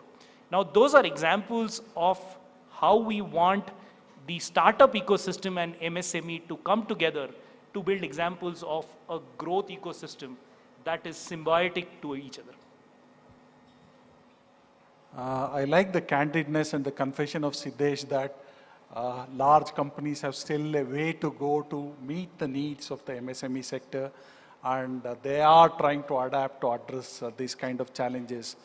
Globally, last year, I remember, Rajiv, that SAP rolled out a program specifically to target MSMEs, and in India too, we have been having conversations with your leadership here too. What's been the progress? What kind of success have you had? What kind of challenges have you faced in the marketplace? Thank you, and very good evening to everyone. I just wanted to start by saying, right, for past 25 years since SAP has been in India, I think we've been part of India's transformation, right? So very fondly we say that today 65% of India's GDP touches an SAP system, right? So it's a big statement that we make, be it oil companies, electricity, etc. And while India has leapfrogged in terms of digital transformation and cloud adoption, and you would agree, mid-market companies in past 3 years, as my fellow panelists have said, have taken that initiative for that cloud adoption. For us, 80% of our customer base in India, approximately 11,000, are SMEs, right? So they are we are helping them run their business better in terms of running their manufacturing operations or making their supply chain more resilient or keeping their financial systems compliant, right? So either of these. So while these 11,000 odd customers make us proud, but it's also our responsibility to understand, what's going on in the minds of MSMEs of India. And we got inspired by Mr. Rahul Gandhi's Bharat Jodo Yatra. And that's a cheeky comment, but yeah, we did our own global Bharat movement across India. We went to 40 cities to understand what SMEs are thinking about, right? So, and we interacted with 1,500 odd customers, mid-sized customers, to understand what is their mindset on cloud technology. And I want to talk about 4 key trends that we figured out, and I'll come to that. First was innovation, and our earlier panel also talked about innovation, right? So it came out very clearly that innovation is no more a choice. It's must, right? What we have seen in past 2-3 years. And innovation from technology, using AI and other kinds of technology, you can really innovate faster and you can stay ahead of the curve. Second thing which came out clearly was mid-market companies wanted to understand whether technology can help them understand industry best practices from their peers, from global giants or enterprise. Today, SME wants to compete with an enterprise, wants to aspire to be an enterprise company. Can software tools give them that kind of ability? Can you really help them understand how to run their finance better, purchase better, procure better? How are their peers doing? And of course, to add to it, the time to realization. They do not have resources and time now to run a project for a year, 12 months. Now everybody is thinking time to realization has to be really fast. Thirdly, of course, skill came out as a big topic, right? Skills which are available today, 94% of the respondents said that it's not going to be enough for next 3 to 5 years. And now with business embedding with technology, even the business users are expected to upskill themselves, right? The AI will come, the embedded analytics will come. And one thing which came out also, that this skill, if they do not have, hiring, while it's a problem for SMEs, people would agree, hiring a good tech talent is a nightmare for organizations. But do they have availability of skill in the ecosystem in remotest of the places where they exist today? That's third. And fourth, clearly the cloud adoption, and people have talked about a whopping 96% of the respondents said that cloud is the technology that they want to go for, right? So, and of course the reasons are resources are limited, etc. Now, these are 4 or 5 factors which we tried to address with our new launch, right, which we called as Grow for SMEs, and we're trying to address all these four things, and yeah, response is pretty good. I'll just stop at that. Just wanted to highlight and this is a survey that we did with TV9. It's not SAP survey, so along with TV9, and it was quite eye-opening for a lot of us. On the 25th year of SAP's presence in India, even as Rajiv and his team try to jodo MSMEs and technology, where the rubber actually meets the road. And the person probably best suited on this panel to show a mirror to all these vendors is Rajat. So over to you, Rajat. What's been your own experience while trying to implement what this gentleman have been saying? Hello, am I audible? Yeah. Thanks, Venkatesh. Thanks for having me here. So I think very interesting points you guys made. I think I'll start with the original point that you made, that it is like MSME sector is contributing 30% of GDP. Compared to China, that is half. So I would say that is a huge opportunity in front of us. We should understand where we stand, like, and what is the upside that we have ahead of us. The second thing we should observe is that the ecosystem, that is a term I think Siddesh used, right? I think that is another important terminology that we should use. The overall ecosystem in which MSME operates is very different, right? Whether they are catering to a consumer or a business, there is a humongous amount of evolution, right? Like consumers have evolved, they have very different needs. There are so many D2C brands, like there's a proliferation of all these brands. They're small brands that they are just starting, and there are channels through which they are being discovered and consumed, right? So there is a benchmark of quality, brand, efficiency. All those things have, all those values have to be imbibed by smaller businesses when they have to connect with an ecosystem. So building that ecosystem, reaching out to your audience in a way that they want to see you, forces you to automate, adopt, innovate, and build things which will keep you ahead of times, and not just like being a laggard and like just coping up with different scenarios or situations, because technology is going to disrupt a lot of things. It is better to understand the impact of it and how it can help us in a long run. And I think all we have seen in last couple of years with all like AI and ChatGPT and OpenAI, all of these things coming in, I think the power is going into the hands of smaller and smaller and smaller companies, right? Like so with everything, right? Whether branding, you can do a lot of creative work, you can do a lot of automation. Like there's a lot out there for you to actually figure out yourself. You don't need to be a large org for you to have those advantages of having those access to those technologies. So I think it's a very beautiful time for MSMEs as a sector to adopt all of this. Being part of DealShare, like we have immense amount of stake in this whole space, because we cater to the mass market India. We are like a social commerce, e-commerce platform, which is like an e-commerce of tier 3, tier 4. We work with 500 plus small brands and we provide platform to them. In addition to that, we also work with 1,000 what we call DealShare Dost, which are small businesses or small micro entrepreneurs in logistics spaces, right? So we work with this entire ecosystem, so we understand the challenges that they face. And I think what will help in this ecosystem, like I said, is one, if they are able to control quality in a more efficient way, there are ways to make sure that their quality is at par with the best of the best. Their processes and their systems are backward integrated with the forward-looking systems and everything, so that they have operational efficiency, they can forecast and see and have their capacity utilization set in terms of overall efficiencies. And they are able to have a connect with their customers, right? A direct connect where they can take feedback and all that. I think those are some of the key things that is going to provide fillip to this entire space. At DealShare, like we plan to invest heavily in the next 5 years in this space, and we have heavily invested into private labels. We already have 16 categories representation and brands and all. Like we plan to go deeper into this space. So you're saying that it's not a question of choice anymore. To stay nimble, to be there in the marketplace, you have to invest in these technologies. Absolutely. That's wonderful. The challenge though, Shamek, is if you were to talk to these MSMEs, if you talk about cloud, they say public cloud, private cloud, hybrid cloud. We have absolutely no understanding of this. How do you address this particular issue which MSMEs face?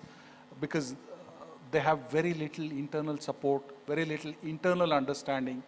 How would somebody like Microsoft, not everybody would be able to afford Azure. How do you see and tackle these questions when they come from MSMEs? Sure. I think our approach to the whole thing is trying to solve the business problem which an organization faces. You know, cloud, hybrid cloud, private cloud, all of them are technologies or different modes. The main thing is, when an organization is looking for a solution, it has a problem which it wants to overcome. And that's what we address. So if you go back to our previous example, when a shutdown happened, what did every organization want? Every organization wanted business continuity. So you need to collaborate between each other. And that's where we have a solution for collaboration, which is Microsoft Teams. People will say, I want to be more productive. Every MSME today is talking about doing more with less. How can I do more production? How can I increase my revenue? How do I get to my customers better? How do I do more work with less people? Correct? So you're talking about productivity. You're talking about people working on one document or one Excel sheet or creating a PowerPoint presentation from different locations. Hybrid work from anywhere. So you need security in there. So we basically sell the business solution. And in the process, if people want to understand the technology and how it is secured, we go down and explain that. That's part one. Part two is we have different solutions for different kinds of organization. So for example, if somebody wants the basics of office automation or productivity, we will have something called Office Basic. And then once they graduate, they can go to premium and they can go into our higher end products. So you can always start small, and as you grow and you need more functionality, you can graduate up. But the most important thing, which is the second part of the panel discussion, is generative AI. And that's where the generative AI will create a massive impact in MSMEs. You're absolutely right. They don't have large IT organizations to do setups. That, you know, people will not have the time that I will go into classrooms and I will understand every aspect of the product and I will need to remember on how to use it. I want to be quick, I want to be up and running, and I want to use the technology should be very, very useful for me. That's where the digital companion, what Microsoft calls as Copilot, which is nothing but generative AI, helps them. I want to respond to an email faster. My generative AI Copilot can do that. I want to get to an answer faster. Not that I will search, I will get 10 options, I will go in there. I just want to ask a question and get the answer. Generative AI can help there. That's where ChatGPT became very famous. Now you want to quickly do a PowerPoint presentation. Instead of spending days, you can actually just ask the system to do it, and the system will create the base presentation for you. You want to go and do a financial analysis, an analysis of where your stocks are, which are the stocks which are moving, where is the inventory lying, how is the order line looking at, how is my production looking at. Previously, you would need an army of people to actually look at all the data and make sense out of it and trend out of it. Today, your generative AI, open AI, and artificial intelligence can just do it for you. And that's where it's making life simpler and easier for MSMEs. And that's why we see a huge line of people trying to understand it. And the best thing is, they don't have fear of failure. So they're happy to start small. You know, they're not getting into month-line projects and say, what if analysis and this happens and that happens. Let's just try it. And they're taking OpenAI and generative AI and our AI very, very small ways and coming back to us and say, hey, this is very, very productive, useful, and informative. Can we do more? Okay? And that's how we cater to all of them. Rajiv, we have a fairly large representative of MSME CXOs sitting in this room. If I were to go around and ask them 5 big concerns, which I have done,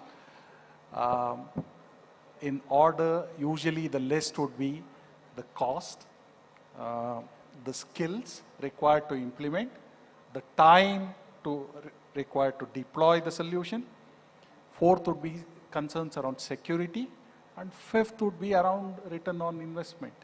When these are the kind of challenges which the MSME CXO sitting here and outside are facing, how does somebody like SAP address these issues? I think great question. I'll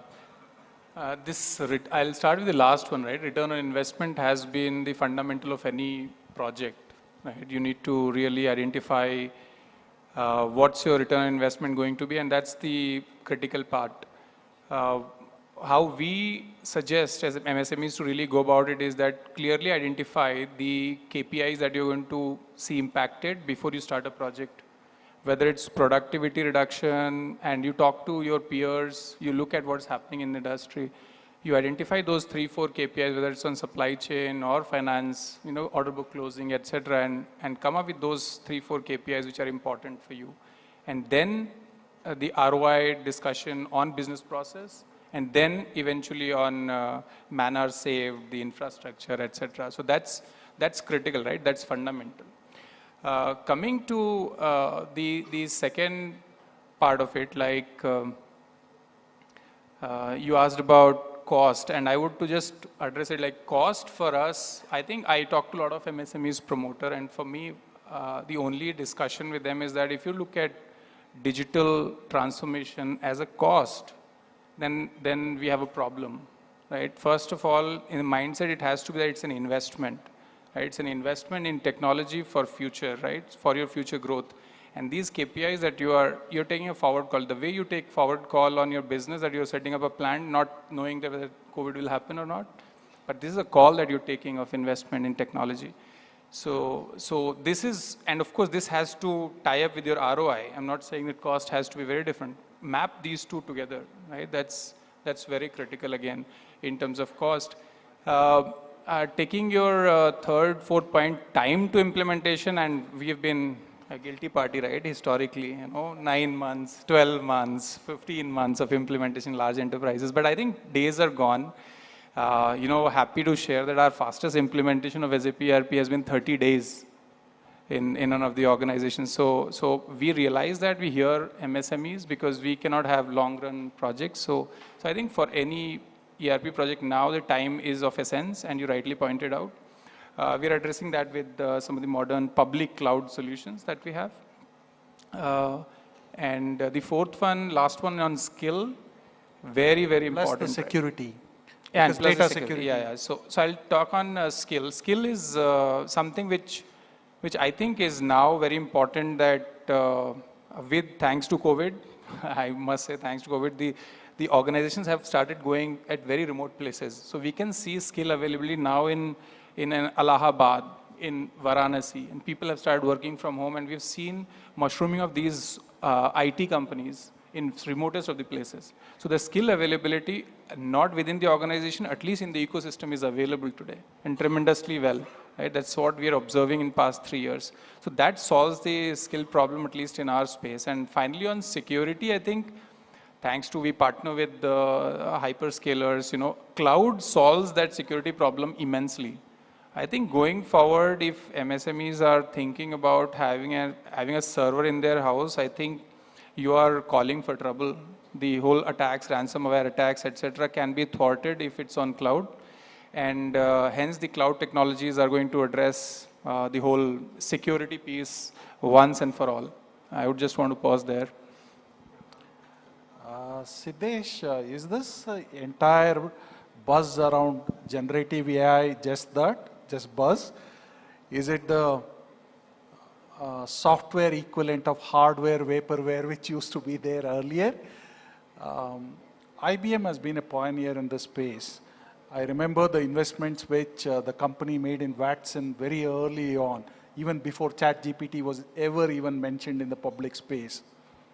How can MSMEs leverage AI to compete with the large established players?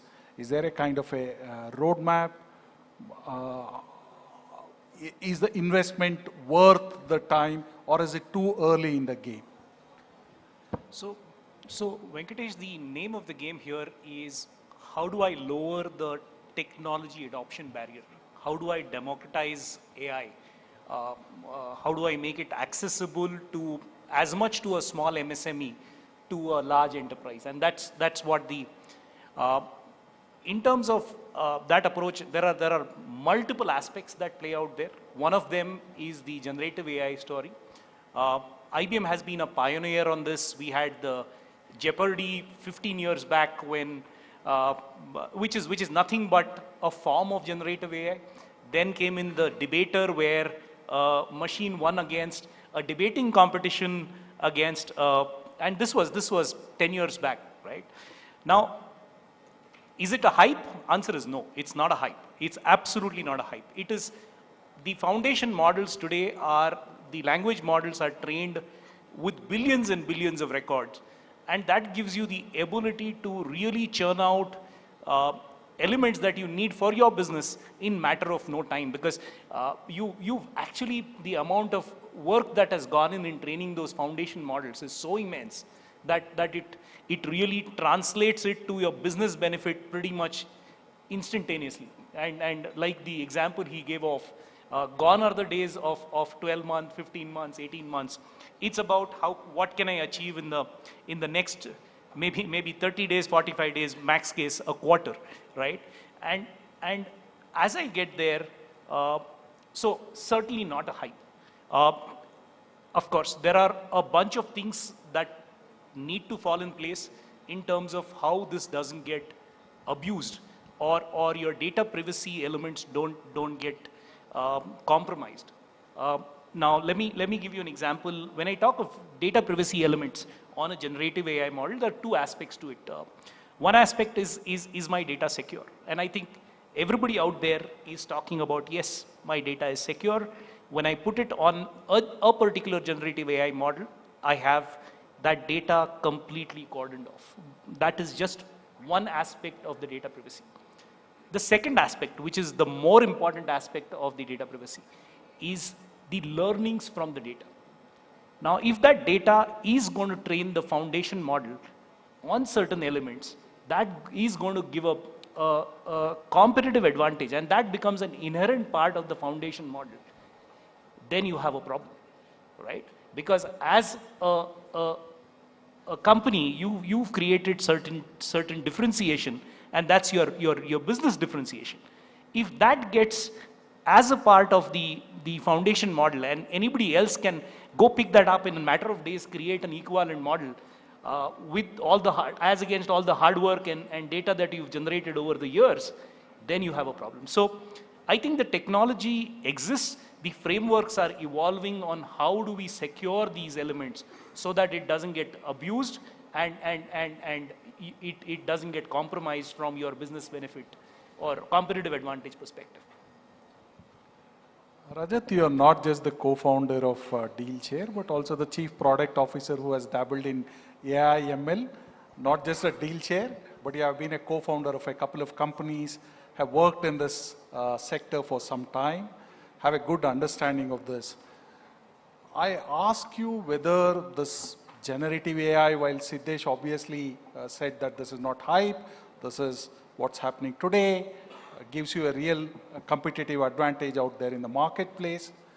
Is this just, at least for most companies, especially for MSMEs right now, is AI just about, say, low-cost automation, simulation, say some amount of IoT and data analytics, managing data analytics? How do you view as a products guy?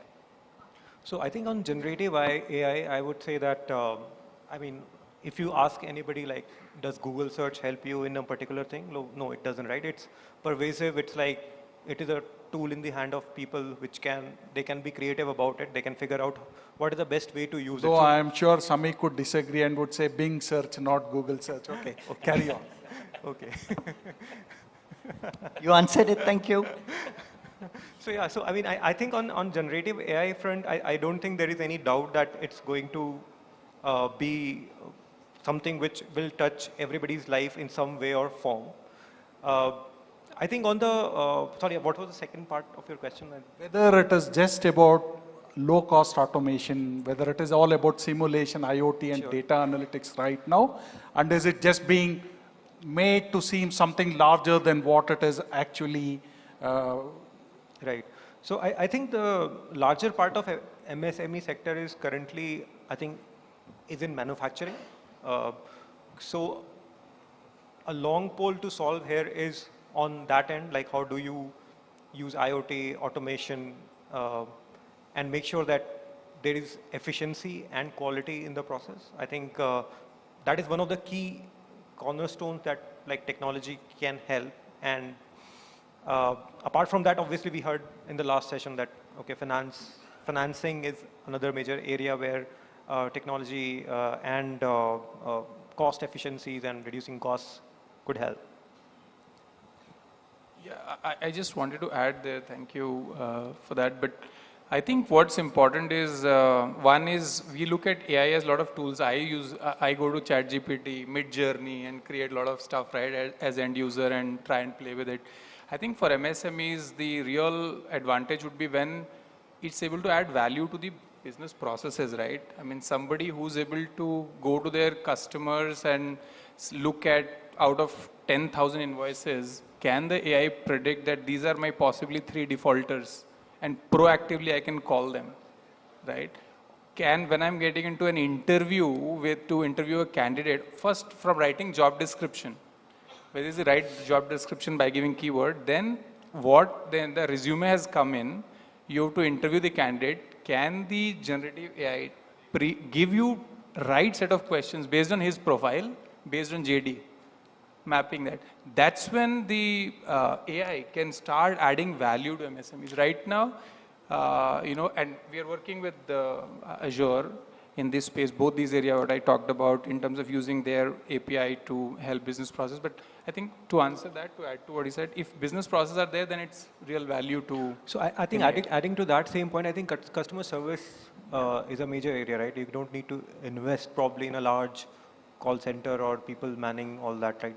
I mean, you can have robots talk to customer and handle some basic processes. So disruption in that space can be immense. Like again, like in the marketing space, like creatives, like graphic designing, analytics, right? I think all of this space, which probably was not even in the consideration set because of the investment that probably an MSME cannot do.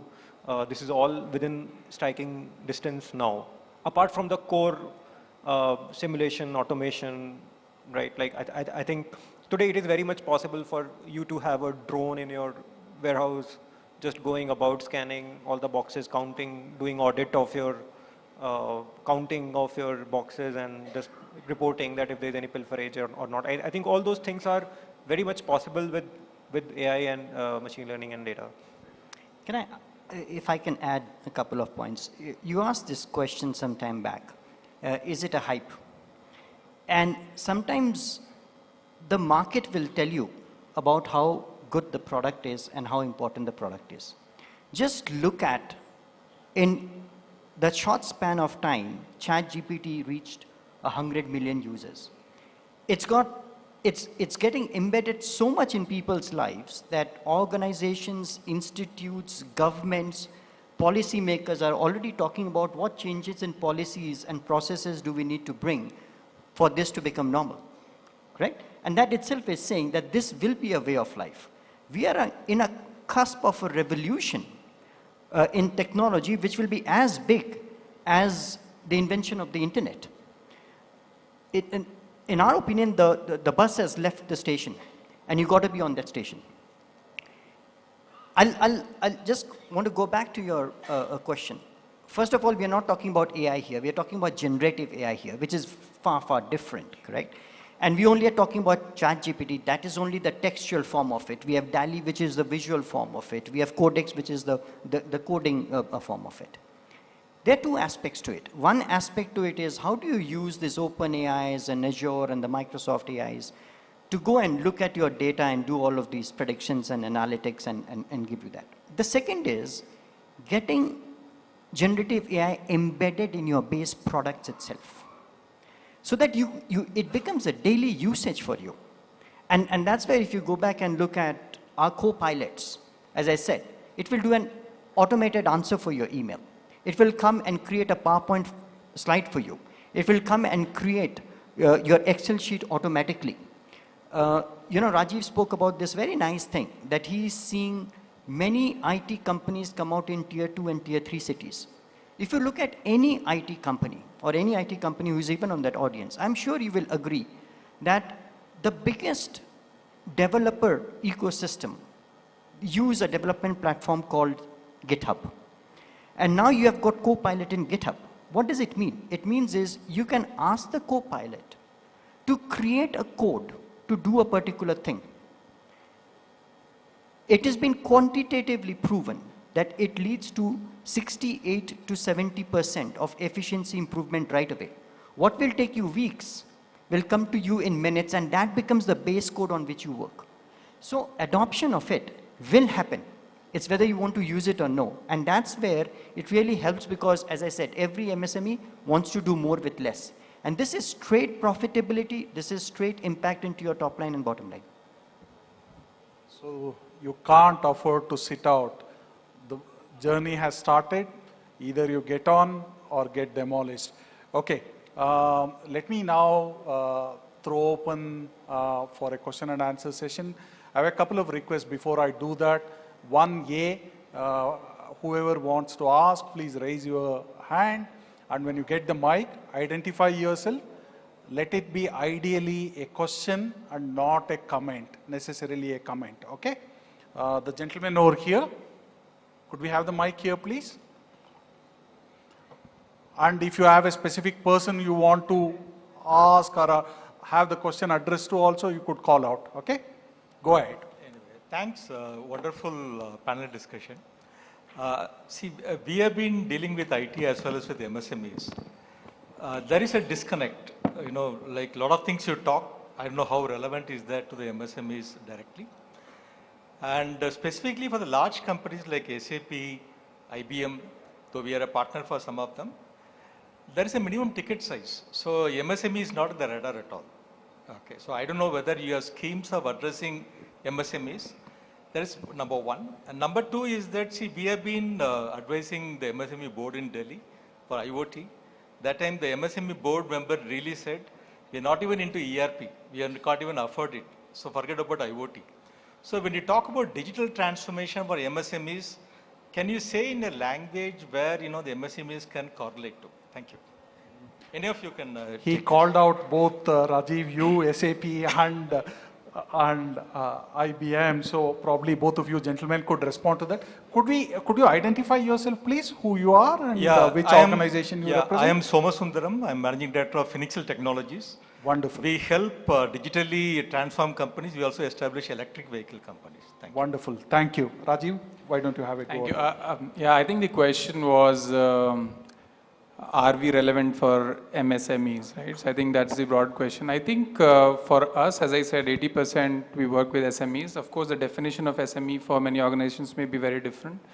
Just to put in perspective, for us, any organization which is 25 employees is SME, where we're talking about the cloud ERP of ours, right? So that's something that's as small as that has been taking this ERP from our side. And even smaller than that organization, we have a different set of approach to the market. But yeah, I think talking about this, the smallest, which we were never before this, right? So we were, of course, seen as larger organization, enterprise software company. But in past 3 years or so, we have many offerings which cater to SMEs at right price points, right time to implementation, etc. And be happy to discuss with you and give you more explanation on this. But yeah, pointing it to IBM. So like I spoke of, I wouldn't make a claim here that we've touched the tip of the iceberg, and let's be. But a significant distance that has been covered in terms of offerings that cater to the MSMEs. SaaS offering that I gave the example of the digital ecosystem. And as we touch a lot of these MSMEs, they are an integral part of digital ecosystems with their suppliers, with their sellers. Now, as I put that ecosystem in place, it's actually the same technology or the same backbone that goes in for a large enterprise. But with the economics and the scale, there are models that have been developed that suit those MSMEs. And you would be amazed. We are now looking at not the revenue part, but the number of MSMEs we've touched, number of new clients we've touched in terms of getting that technology adopted with those clients. So absolutely, there is a direction which gets in express models that are affordable to the MSMEs, that make sense from a perspective of starting small and growing really big as you scale up that technology. Before I move to the next question, sorry, you had something to say? No, Please happy go ahead. to connect with you to get through some of these details. In fact, I can tell you there have been multiple, and I'll give you the bracket as well. We are talking about solutions which are in the 10 lakh, 20 lakh bracket as well. Something unheard from an IBM perspective, but absolutely things that touch the MSME, suit the MSME, and provide them solutions that typically only a large enterprise could have looked at. Samik, could you like to weigh in? What's your lowest barrier in a sense? No, thankfully he didn't name us. But he asked a question which I wanted to answer is, what do you mean by digital transformation? Correct? That's where you ended with. So digital transformation is an amalgamation of many aspects. There isn't one aspect which you automate, right? And the journey starts with simple things. Just think about what I said. You want to collaborate with each other. So that's where the collaboration software solution comes in. And as Rajiv rightly said, get more and more things on the cloud. Cloud is the way to go. And I'll tell you why. Then you need productivity. That's fine. You go collaborate, you want productivity. And when you talk about productivity, you talk about people across multiple places co-authoring things together and doing things together, correct? Without any paperwork moving. You go into what we call as a meeting life cycle, which means what? A board meeting is going to happen tomorrow. So all the chats before the board meeting take place digitally. The board meeting can take place digitally. That's what we call as hybrid working. The minutes of the meeting come out digitally and they get circulated digitally as well. And then people use emails and Word documents to do that. Then let's say an organization, especially MSME, as he rightly said, they don't have IT companies to come and build custom build codes. And every MSME necessarily has applications that they need to build. Small workflows, small automations, they will change every single day. How can a user themselves build applications, which what we call is a low-code, no-code applications on the cloud? That's done digitally, correct? Then what Rajiv rightly said is when the business applications come in, you know, he spoke about customer, he spoke about automation of finance and operations and ARAP, GL. How does all of that get done digitally? So an amalgamation of all of that, it's a step-by-step journey, is what you call as digital transformation. Now the thing is, why is cloud important? As we said, we are in the era of generative AI. The generative AI will work on data. That huge amount of data has to be hosted on the cloud because it needs supercomputing power. And it learns on itself. Today, only a few percentage of the world's data is generated from generative AI. In the next couple of years, that percentage is going to go up to 20–30%. You need supercomputing power, which will only be available when you're on hyperscalers on the cloud. And all of this, when you put together, is the digital transformation journey of an organization. Start small, but as you grow, you go step by step into it. Does that answer your question? Just to add one, if you permit, just a quick one. The foundation of digital transformation, how do I digitize my records, right?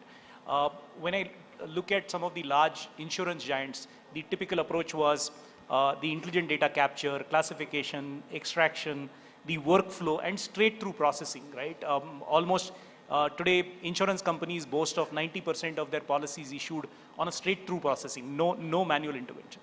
Now that's a technology that's now started percolating in the MSME segment. There is a open source flavor of this that IBM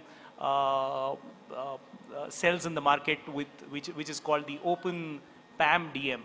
Now this is a offering that suits the MSME, gives them the capability. It's the best of open source and IBM coming together and giving them the ability of putting in every element that you talk of in a large insurance giant in a small MSME setup, in a straight-through processing environment at economics which suit the MSME. Wonderful. Okay, the gentleman over there with the mic already. Yeah, go ahead. Identify yourself, please. Myself, I'm Nagesh, founder and solution architect of startup called CADWorld Infotech. Could you hold the mic a little bit closer and speak a little bit louder, please? Yeah. Myself, I'm Nagesh, founder and solution architect of a startup called CADWorld Infotech. I have three questions. One is, what is the positive? Of course, we know the positive sides of AI and generative AI. Still, positive and negative impact of generative AI as far as software developers are concerned. The second question is there any company which is working on optimizing manufacturing design, product designs, or optimizing product designs using generative AI? My third question is, can we restrict it to two, please? Because we need to give others to an opportunity just to be fair. Let's have the simple question. The third question is, are there any best practices or certifications, in fact, globally accepted certifications, because it has to be dealt on a flat ground. So are there any best practices or certifications as far as generative AI is concerned? Okay, let's go in reverse order. Why don't you talk about best practices? Have you adopted any, Rajat? You are the chief product officer of the company. So actually, we are largely solving the ground level problems as we figure out as we go. I think there are a lot of things that we have learned during the journey. Obviously, having best practices which are industry grade is something where you get people like these and they have solutions which are industry grade and all that. But when you are innovating or you are solving for a very different kind of audience, you have to figure out your own problems. I think I'll address the first question of this gentleman. I think he asked about generative AI and what, whether it's good or bad. All right. I think it's a $1 million question. I think everybody can equally right or equally wrong about it, and only time can tell how will it pan out. But I think what it will do immediately is that it will basically improve the efficiency of people who are adopting it. Obviously, that will improve the output that people would, whether we are talking about engineers or, I think it has two sides. I think then more people will be free for doing more higher quality work. It is the same debate which when machines and automation happen, right? If machines come, then what will people do? I think that fear is something that is very natural, but at the same time, maybe not be real also. So yeah, only time can tell whether it's good or bad. Yeah, so I'll probably add to that. Look, everything has pros and cons, but it's up to us on how do we utilize it. The way I would say this is, at the end of the day, generative AI is made by humanity, for humanity, and let humanity decide on how they will use it. It's a tool and a technology, and you can decide on how the tool and the technology behaves. So there will be negative aspects of it. Lots of people are talking about hallucination. Just to explain to everybody, what does hallucination mean? Hallucination means that the generative AI is giving you an answer with so much of authenticity that you believe that the answer is right, but the answer is actually wrong. But as technology progresses, the latest generation of it, 4.0, basically takes care of that as well. So it will only improve with time. And that's what I would say is that use it for the right purposes. And you can also, once you adopt it from a cooperation perspective, you can also define the perimeters and the boundaries on how that particular thing will behave and what is the data it looks at. I think I have time only for probably one or max two questions. This gentleman over there. Okay, you have the mic, so go ahead. Good I'll evening. come to you, sir, in a moment. It's been a very wonderful session, especially we have big industry leaders. We are using SAP, Microsoft for many years, almost a decade. So my question is, today we are talking of MSME, and from what we understood in the previous session, we are primitive. So it's something like, customer wants Maruti and we are trying to sell Lamborghini to him. So how do we build a digital transformation framework where we incentivize that the level of transformation and Industry 4 adoption is coupled with certain incentive, and ultimately the product companies and technology companies can help build a framework to support MSME companies to come into this level, because we are at the level 1. So how do we come to level 3, level 4? Is it possible? What's your views? And how you can work with government to build a framework? Because from what I'm seeing, technology, cloud, AI, generative, those are a very big word for MSME. Rajiv, you want to weigh in? I know, but it's again a billion-dollar question, but I think very well put. What we are attempting from our side is to work with industry associations, especially like ACMA. We're also trying to work with pharma associations to see what can be the right framework of implementation and what's the right usage of the software that you're going to implement. If you're not utilizing 80%, 85% of it, and then what is possible, art of possible using this software is something that we're working with some of these associations.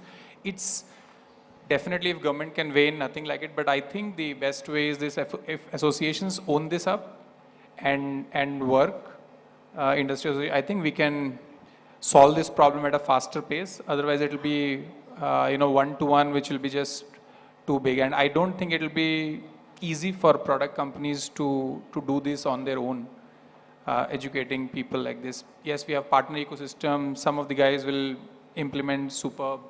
Some of the customers will not be ready, for that kind of adoption. So there's a lot of challenge, but I think I agree that if there is a framework, and I can think of only industry associations right now who can really help with it. So we are attempting, but we'll be happy to get your thoughts, whatever, if you have, not now, maybe eventually. What's your thought on this? And maybe if needed, we'll engage with government also to really take it up. I promised this gentleman that we would take a question from him. If you could have the mic to him, please. Buddhappa Kaki from World One Instrument, NAVL Calibration Center. So just I wanted to understand, how actually you are going to address the disadvantage of AI, like, it is killing the creativity, okay, and it cannot think out of the box. So is there any, in the development, because the MSME is concerned, whenever creativity is there, then there is a demand and we can meet and exceed the requirements. But if I use the AI tool, it can only think within the box. It cannot think out of the box. So how actually it can address in the future coming? Siddesh, you are being accused of killing creativity. You had the AI business for IBM in India, so why don't you address that? So, in terms of, see, this is a piece that we all go through in every phase of the industrial revolution that happens, right? When wheels came in, people said this is going to change the way the machinery came in. So the piece that comes in is the AI elements help you address the foundation. The elements of creativity now move to the next level.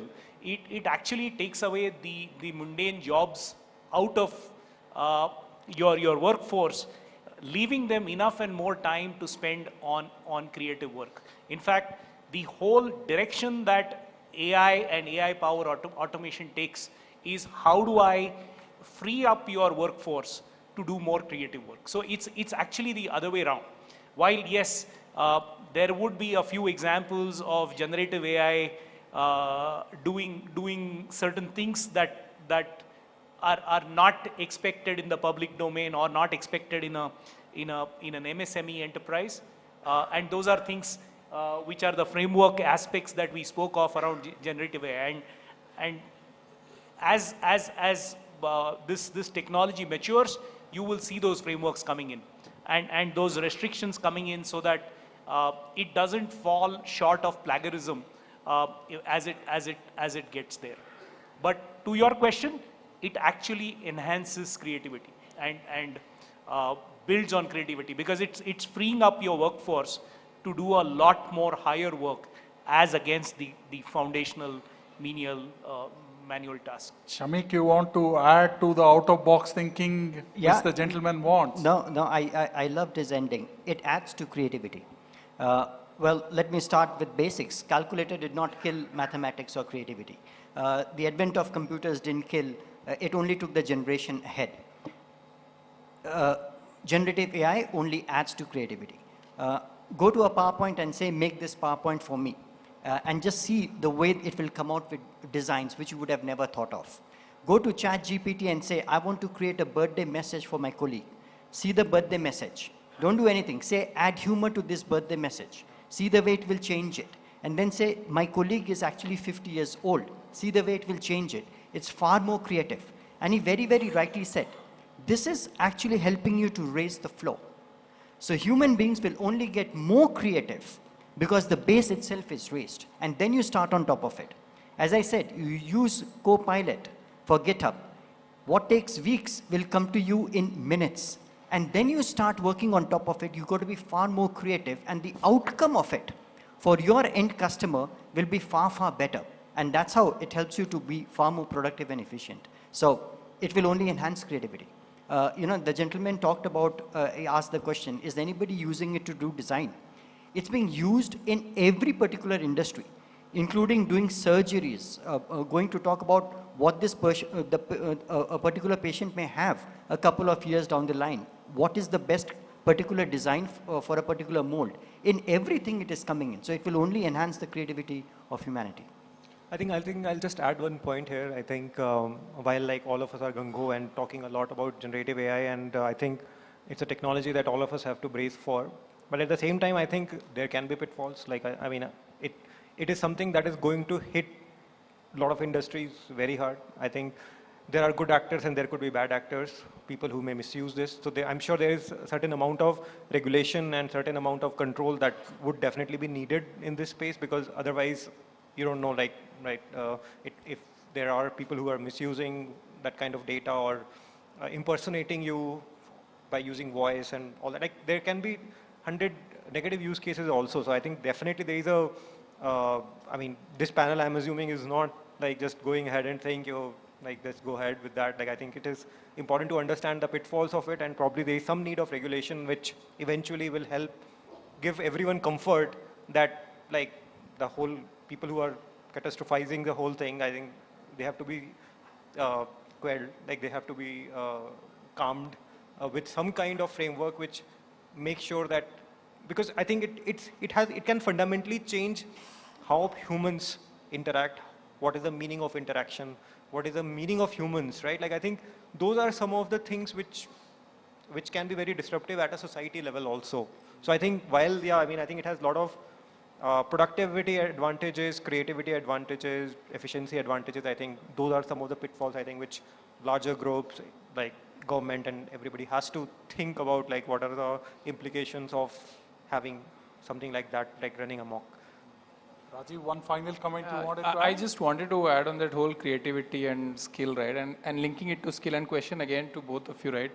I think it's, I am struggling thinking that, okay, if I write a good article today, and I was going through, I think, Pictory, one of these AI tools, and it said that I'll write article for you. And I just wrote SAP, mid-market, and some 3 keywords. It wrote a bloody article with references of 10 references, right? You're planning to put all of us journalists out of our jobs. This is dangerous. I'm coming to that, exactly. So the question is, and very rightly pointed out on creativity, right? So my only point is, and ask question also, is that this whole skill, while creativity, will increase, people will do that, but the set of folks who will do it will depend on if they're upskilling themselves, right? If I'm a good article writer or you, there is an AI which is giving you an article pre-built. Your skill has to be that you know how to use AI and then pinpoint how will I make this better. But if you're still saying that, no, I am just an article writer, AI is taking my job, then we are done. So I just wanted to make that point. That no, very well said, and that's exactly what I said. The floor is raised. And that's where creativity will emerge and be better. We would have loved to continue this conversation. I saw that there were quite a few other hands. Unfortunately, I'm absolutely out of time. I know that I'm standing in the way between cocktails and the lovely wafting smells of food which is coming in this room anytime soon. So on that note, let me thank all my panelists for your time. It's been a pleasure, and also for the audience for being such an inquisitive set of people who asked such diligent questions. Thank you once again for being here. Thank you so much, sir. Thank you, panelists, for your valuable time and insights today. May I request our moderator, Mr. Venkatesha Babu, to kindly give a memento to each of our speakers, sir.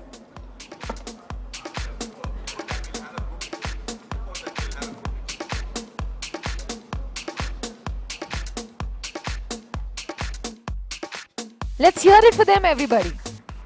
What a fantastic session that has been. Thank you.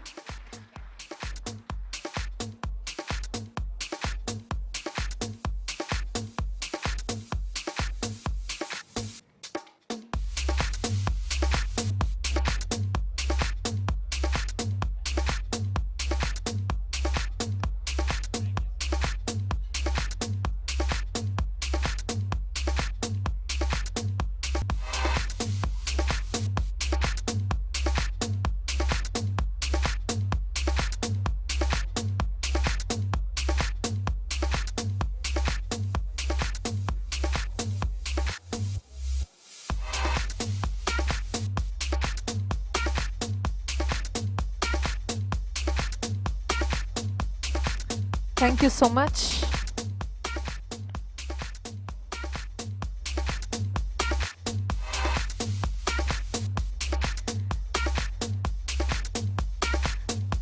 And as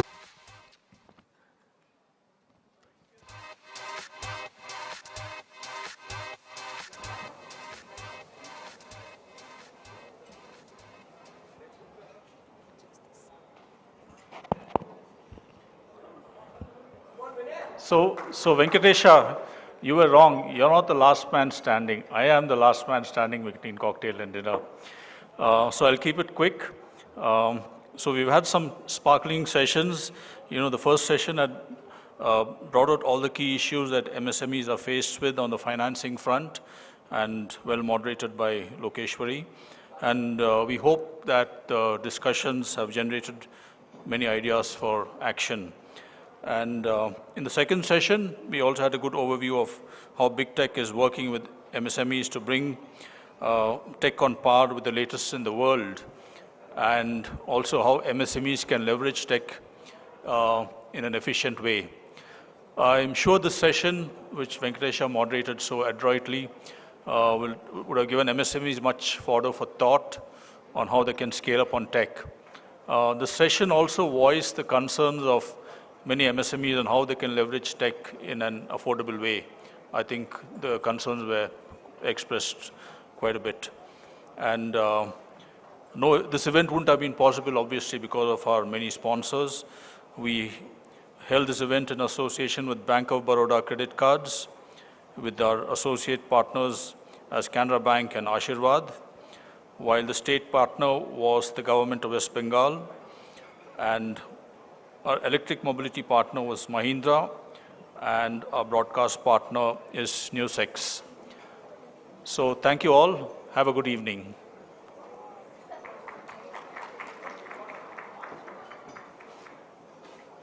And of course, the bar is open. People are already headed there. Constantly evolving, embracing the one constant. Thank you so much, sir. Once again, ladies and gentlemen, on behalf of the Hindu BusinessLine, I thank everyone for coming to the MSME Growth Conclave. Thank you all for joining us and making it a grand success. We now request all of you to please join us for cocktails and dinner, and have a great evening. Goodbye and God bless. Thank you. That will make analytical and explanatory journalism an indispensable must-read. Our brand new masthead reflects the spirit of our young and vibrant nation. Lesser, sharper edges reflect a soft and relaxed tone, a reminiscence of the past and a mark of change. The new logo is a contemporary design that gives the best of both worlds. The concentric circles show how BL has the last word on business reportage. The grey background, red pointers and a large image at the center highlight the best stories of the day. Giving the attention they deserve, headers are now in a distinct red color. Big impactful pictures and more visual elements. Clearer content hierarchy and demarcation. Shift to a more digital-friendly brand identity from BusinessLine to BL. A reader-friendly design that separates the content from the daily business report. Cross-platform navigators to aid content discovery. Portfolio is now a visual treat, with more of a magazine-like look. The reader will be taken into a depth of infinite information aided with powerful visuals. Now standardized to the color family of blue, the BL graphics are dynamic and direct. Layout is now made vibrant, bolder and smart with more emphasis on the magic of white spaces.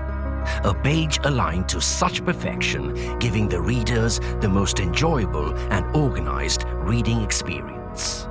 Text and visuals blend like magic to carry out storytelling in the same intuitive way in which we communicate via text messaging. When entrepreneurs make bold decisions, our font matches them. When markets become vibrant, our ink shows it in our changing colors. Business is evolving, and so are we. So get ready to sit back, sip your coffee, and open our redesigned BusinessLine. Business looks good.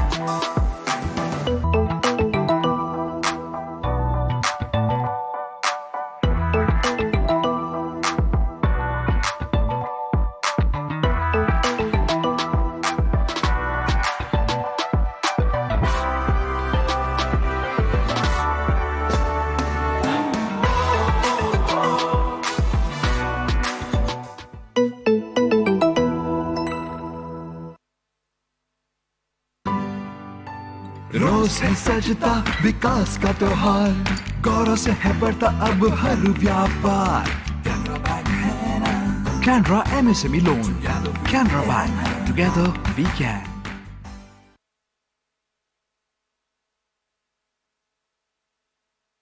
Aashirvaad 6500ಕ್ಕಿಂತಲೂ ಹೆಚ್ಚಿನ ಕ್ಷೇತ್ರಗಳಿಂದ ಗೋಧಿಯನ್ನು ಆರಿಸಿ 3 ಬಾರಿ ಸ್ವಚ್ಛಗೊಳಿಸಿ ಕೈಯಿಂದ ಮುಟ್ಟದೆ hygienic packing ಮಾಡಿ ಗೋಧಿಯಲ್ಲಿ ಉಳ್ಳ ಪೋಷಣೆಯನ್ನು ಲಾಕ್ ಮಾಡುತ್ತೆ. ಇದರಿಂದಾಗಿ ಚಪಾತಿ ನ್ಯೂಟ್ರಿಷನ್ ಭರಿತವಾಗಿರುತ್ತೆ. ಆಶೀರ್ವಾದ್ ಅಡ್ವಾಂಟೇಜ್ ಪ್ರತಿದಿನ From ITC.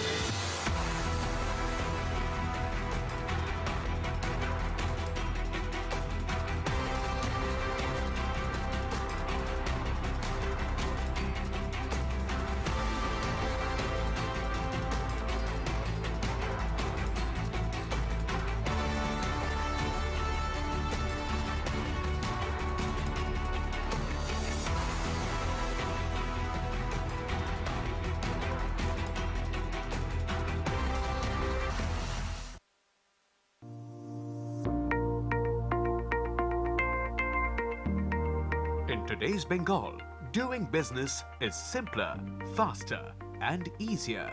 Between the government and the investor, the government has established an easy-to-use and trouble-free business platform. Most of the services are online, from major industrial sectors to micro, small, and medium-scale enterprises.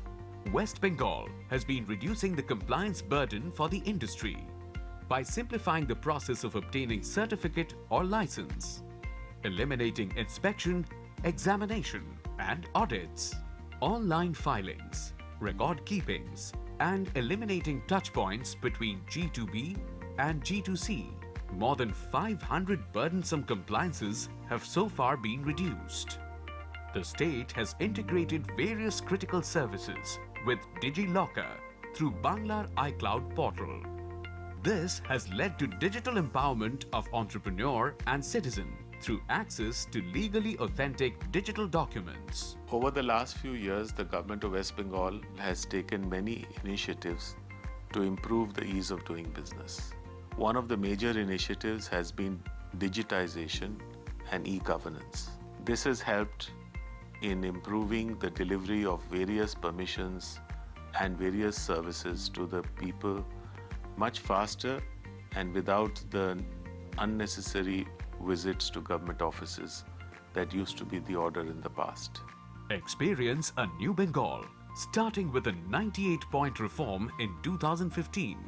The state government has already implemented a total of 301 reform points across 24 reform sectors as part of the State Reforms Action Plan. There would be no more visits to government offices or waiting in long queues. The entire process is now digital. Several chances have been made to make the procedure considerably easier and faster. Submit your application online. Submit your documents online. Pay application fee. Track application status online. Download approval certificate. The reforms have been made in the following areas: real-time trade license and renewal, online construction permit through single window system, central inspection system, online property registration and auto mutation, change of land use, land allotment in industrial parks, fire safety certificate and fire license. Over the last decade, there has been a paradigm shift in the way business is conducted in West Bengal. The land bank availability in the industrial parks have been put up on portals of the governments of the Industrial Development Corporation using the GIS-based technology, and it is very easy for prospective industry or existing industry to apply for new land using such transparent and friendly mechanisms. The policies have moved from a regulation-based one to a trust and faith-based one. Industry today is treated as a partner in growth and is relied upon and consulted with in the progress of the state. West Bengal is among the leading states in bringing more than 100 G2B services under West Bengal Right to Public Service Act to ensure service delivery within stipulated timelines. Documentation reduced drastically. Now you can enjoy a stress-free business process. Less paperwork is required and service delivery is guaranteed to be faster. You can monitor everything online. Complete transparency is guaranteed by the government. 51 industries have been exempted from pollution clearance. Low and medium risk establishments and buildings are exempt from departmental inspection under labor laws and for construction permits. Real-time registration is done under the Shops and Establishment Act, Profession Tax and Trade License. Real-time auto renewal for a more efficient and trouble-free experience. Your licenses will be automatically renewed with a single mouse click. Say no to pointless paperwork. Welcome a quick and effortless process. Come to Bengal. Ride the growth. Bengal means business.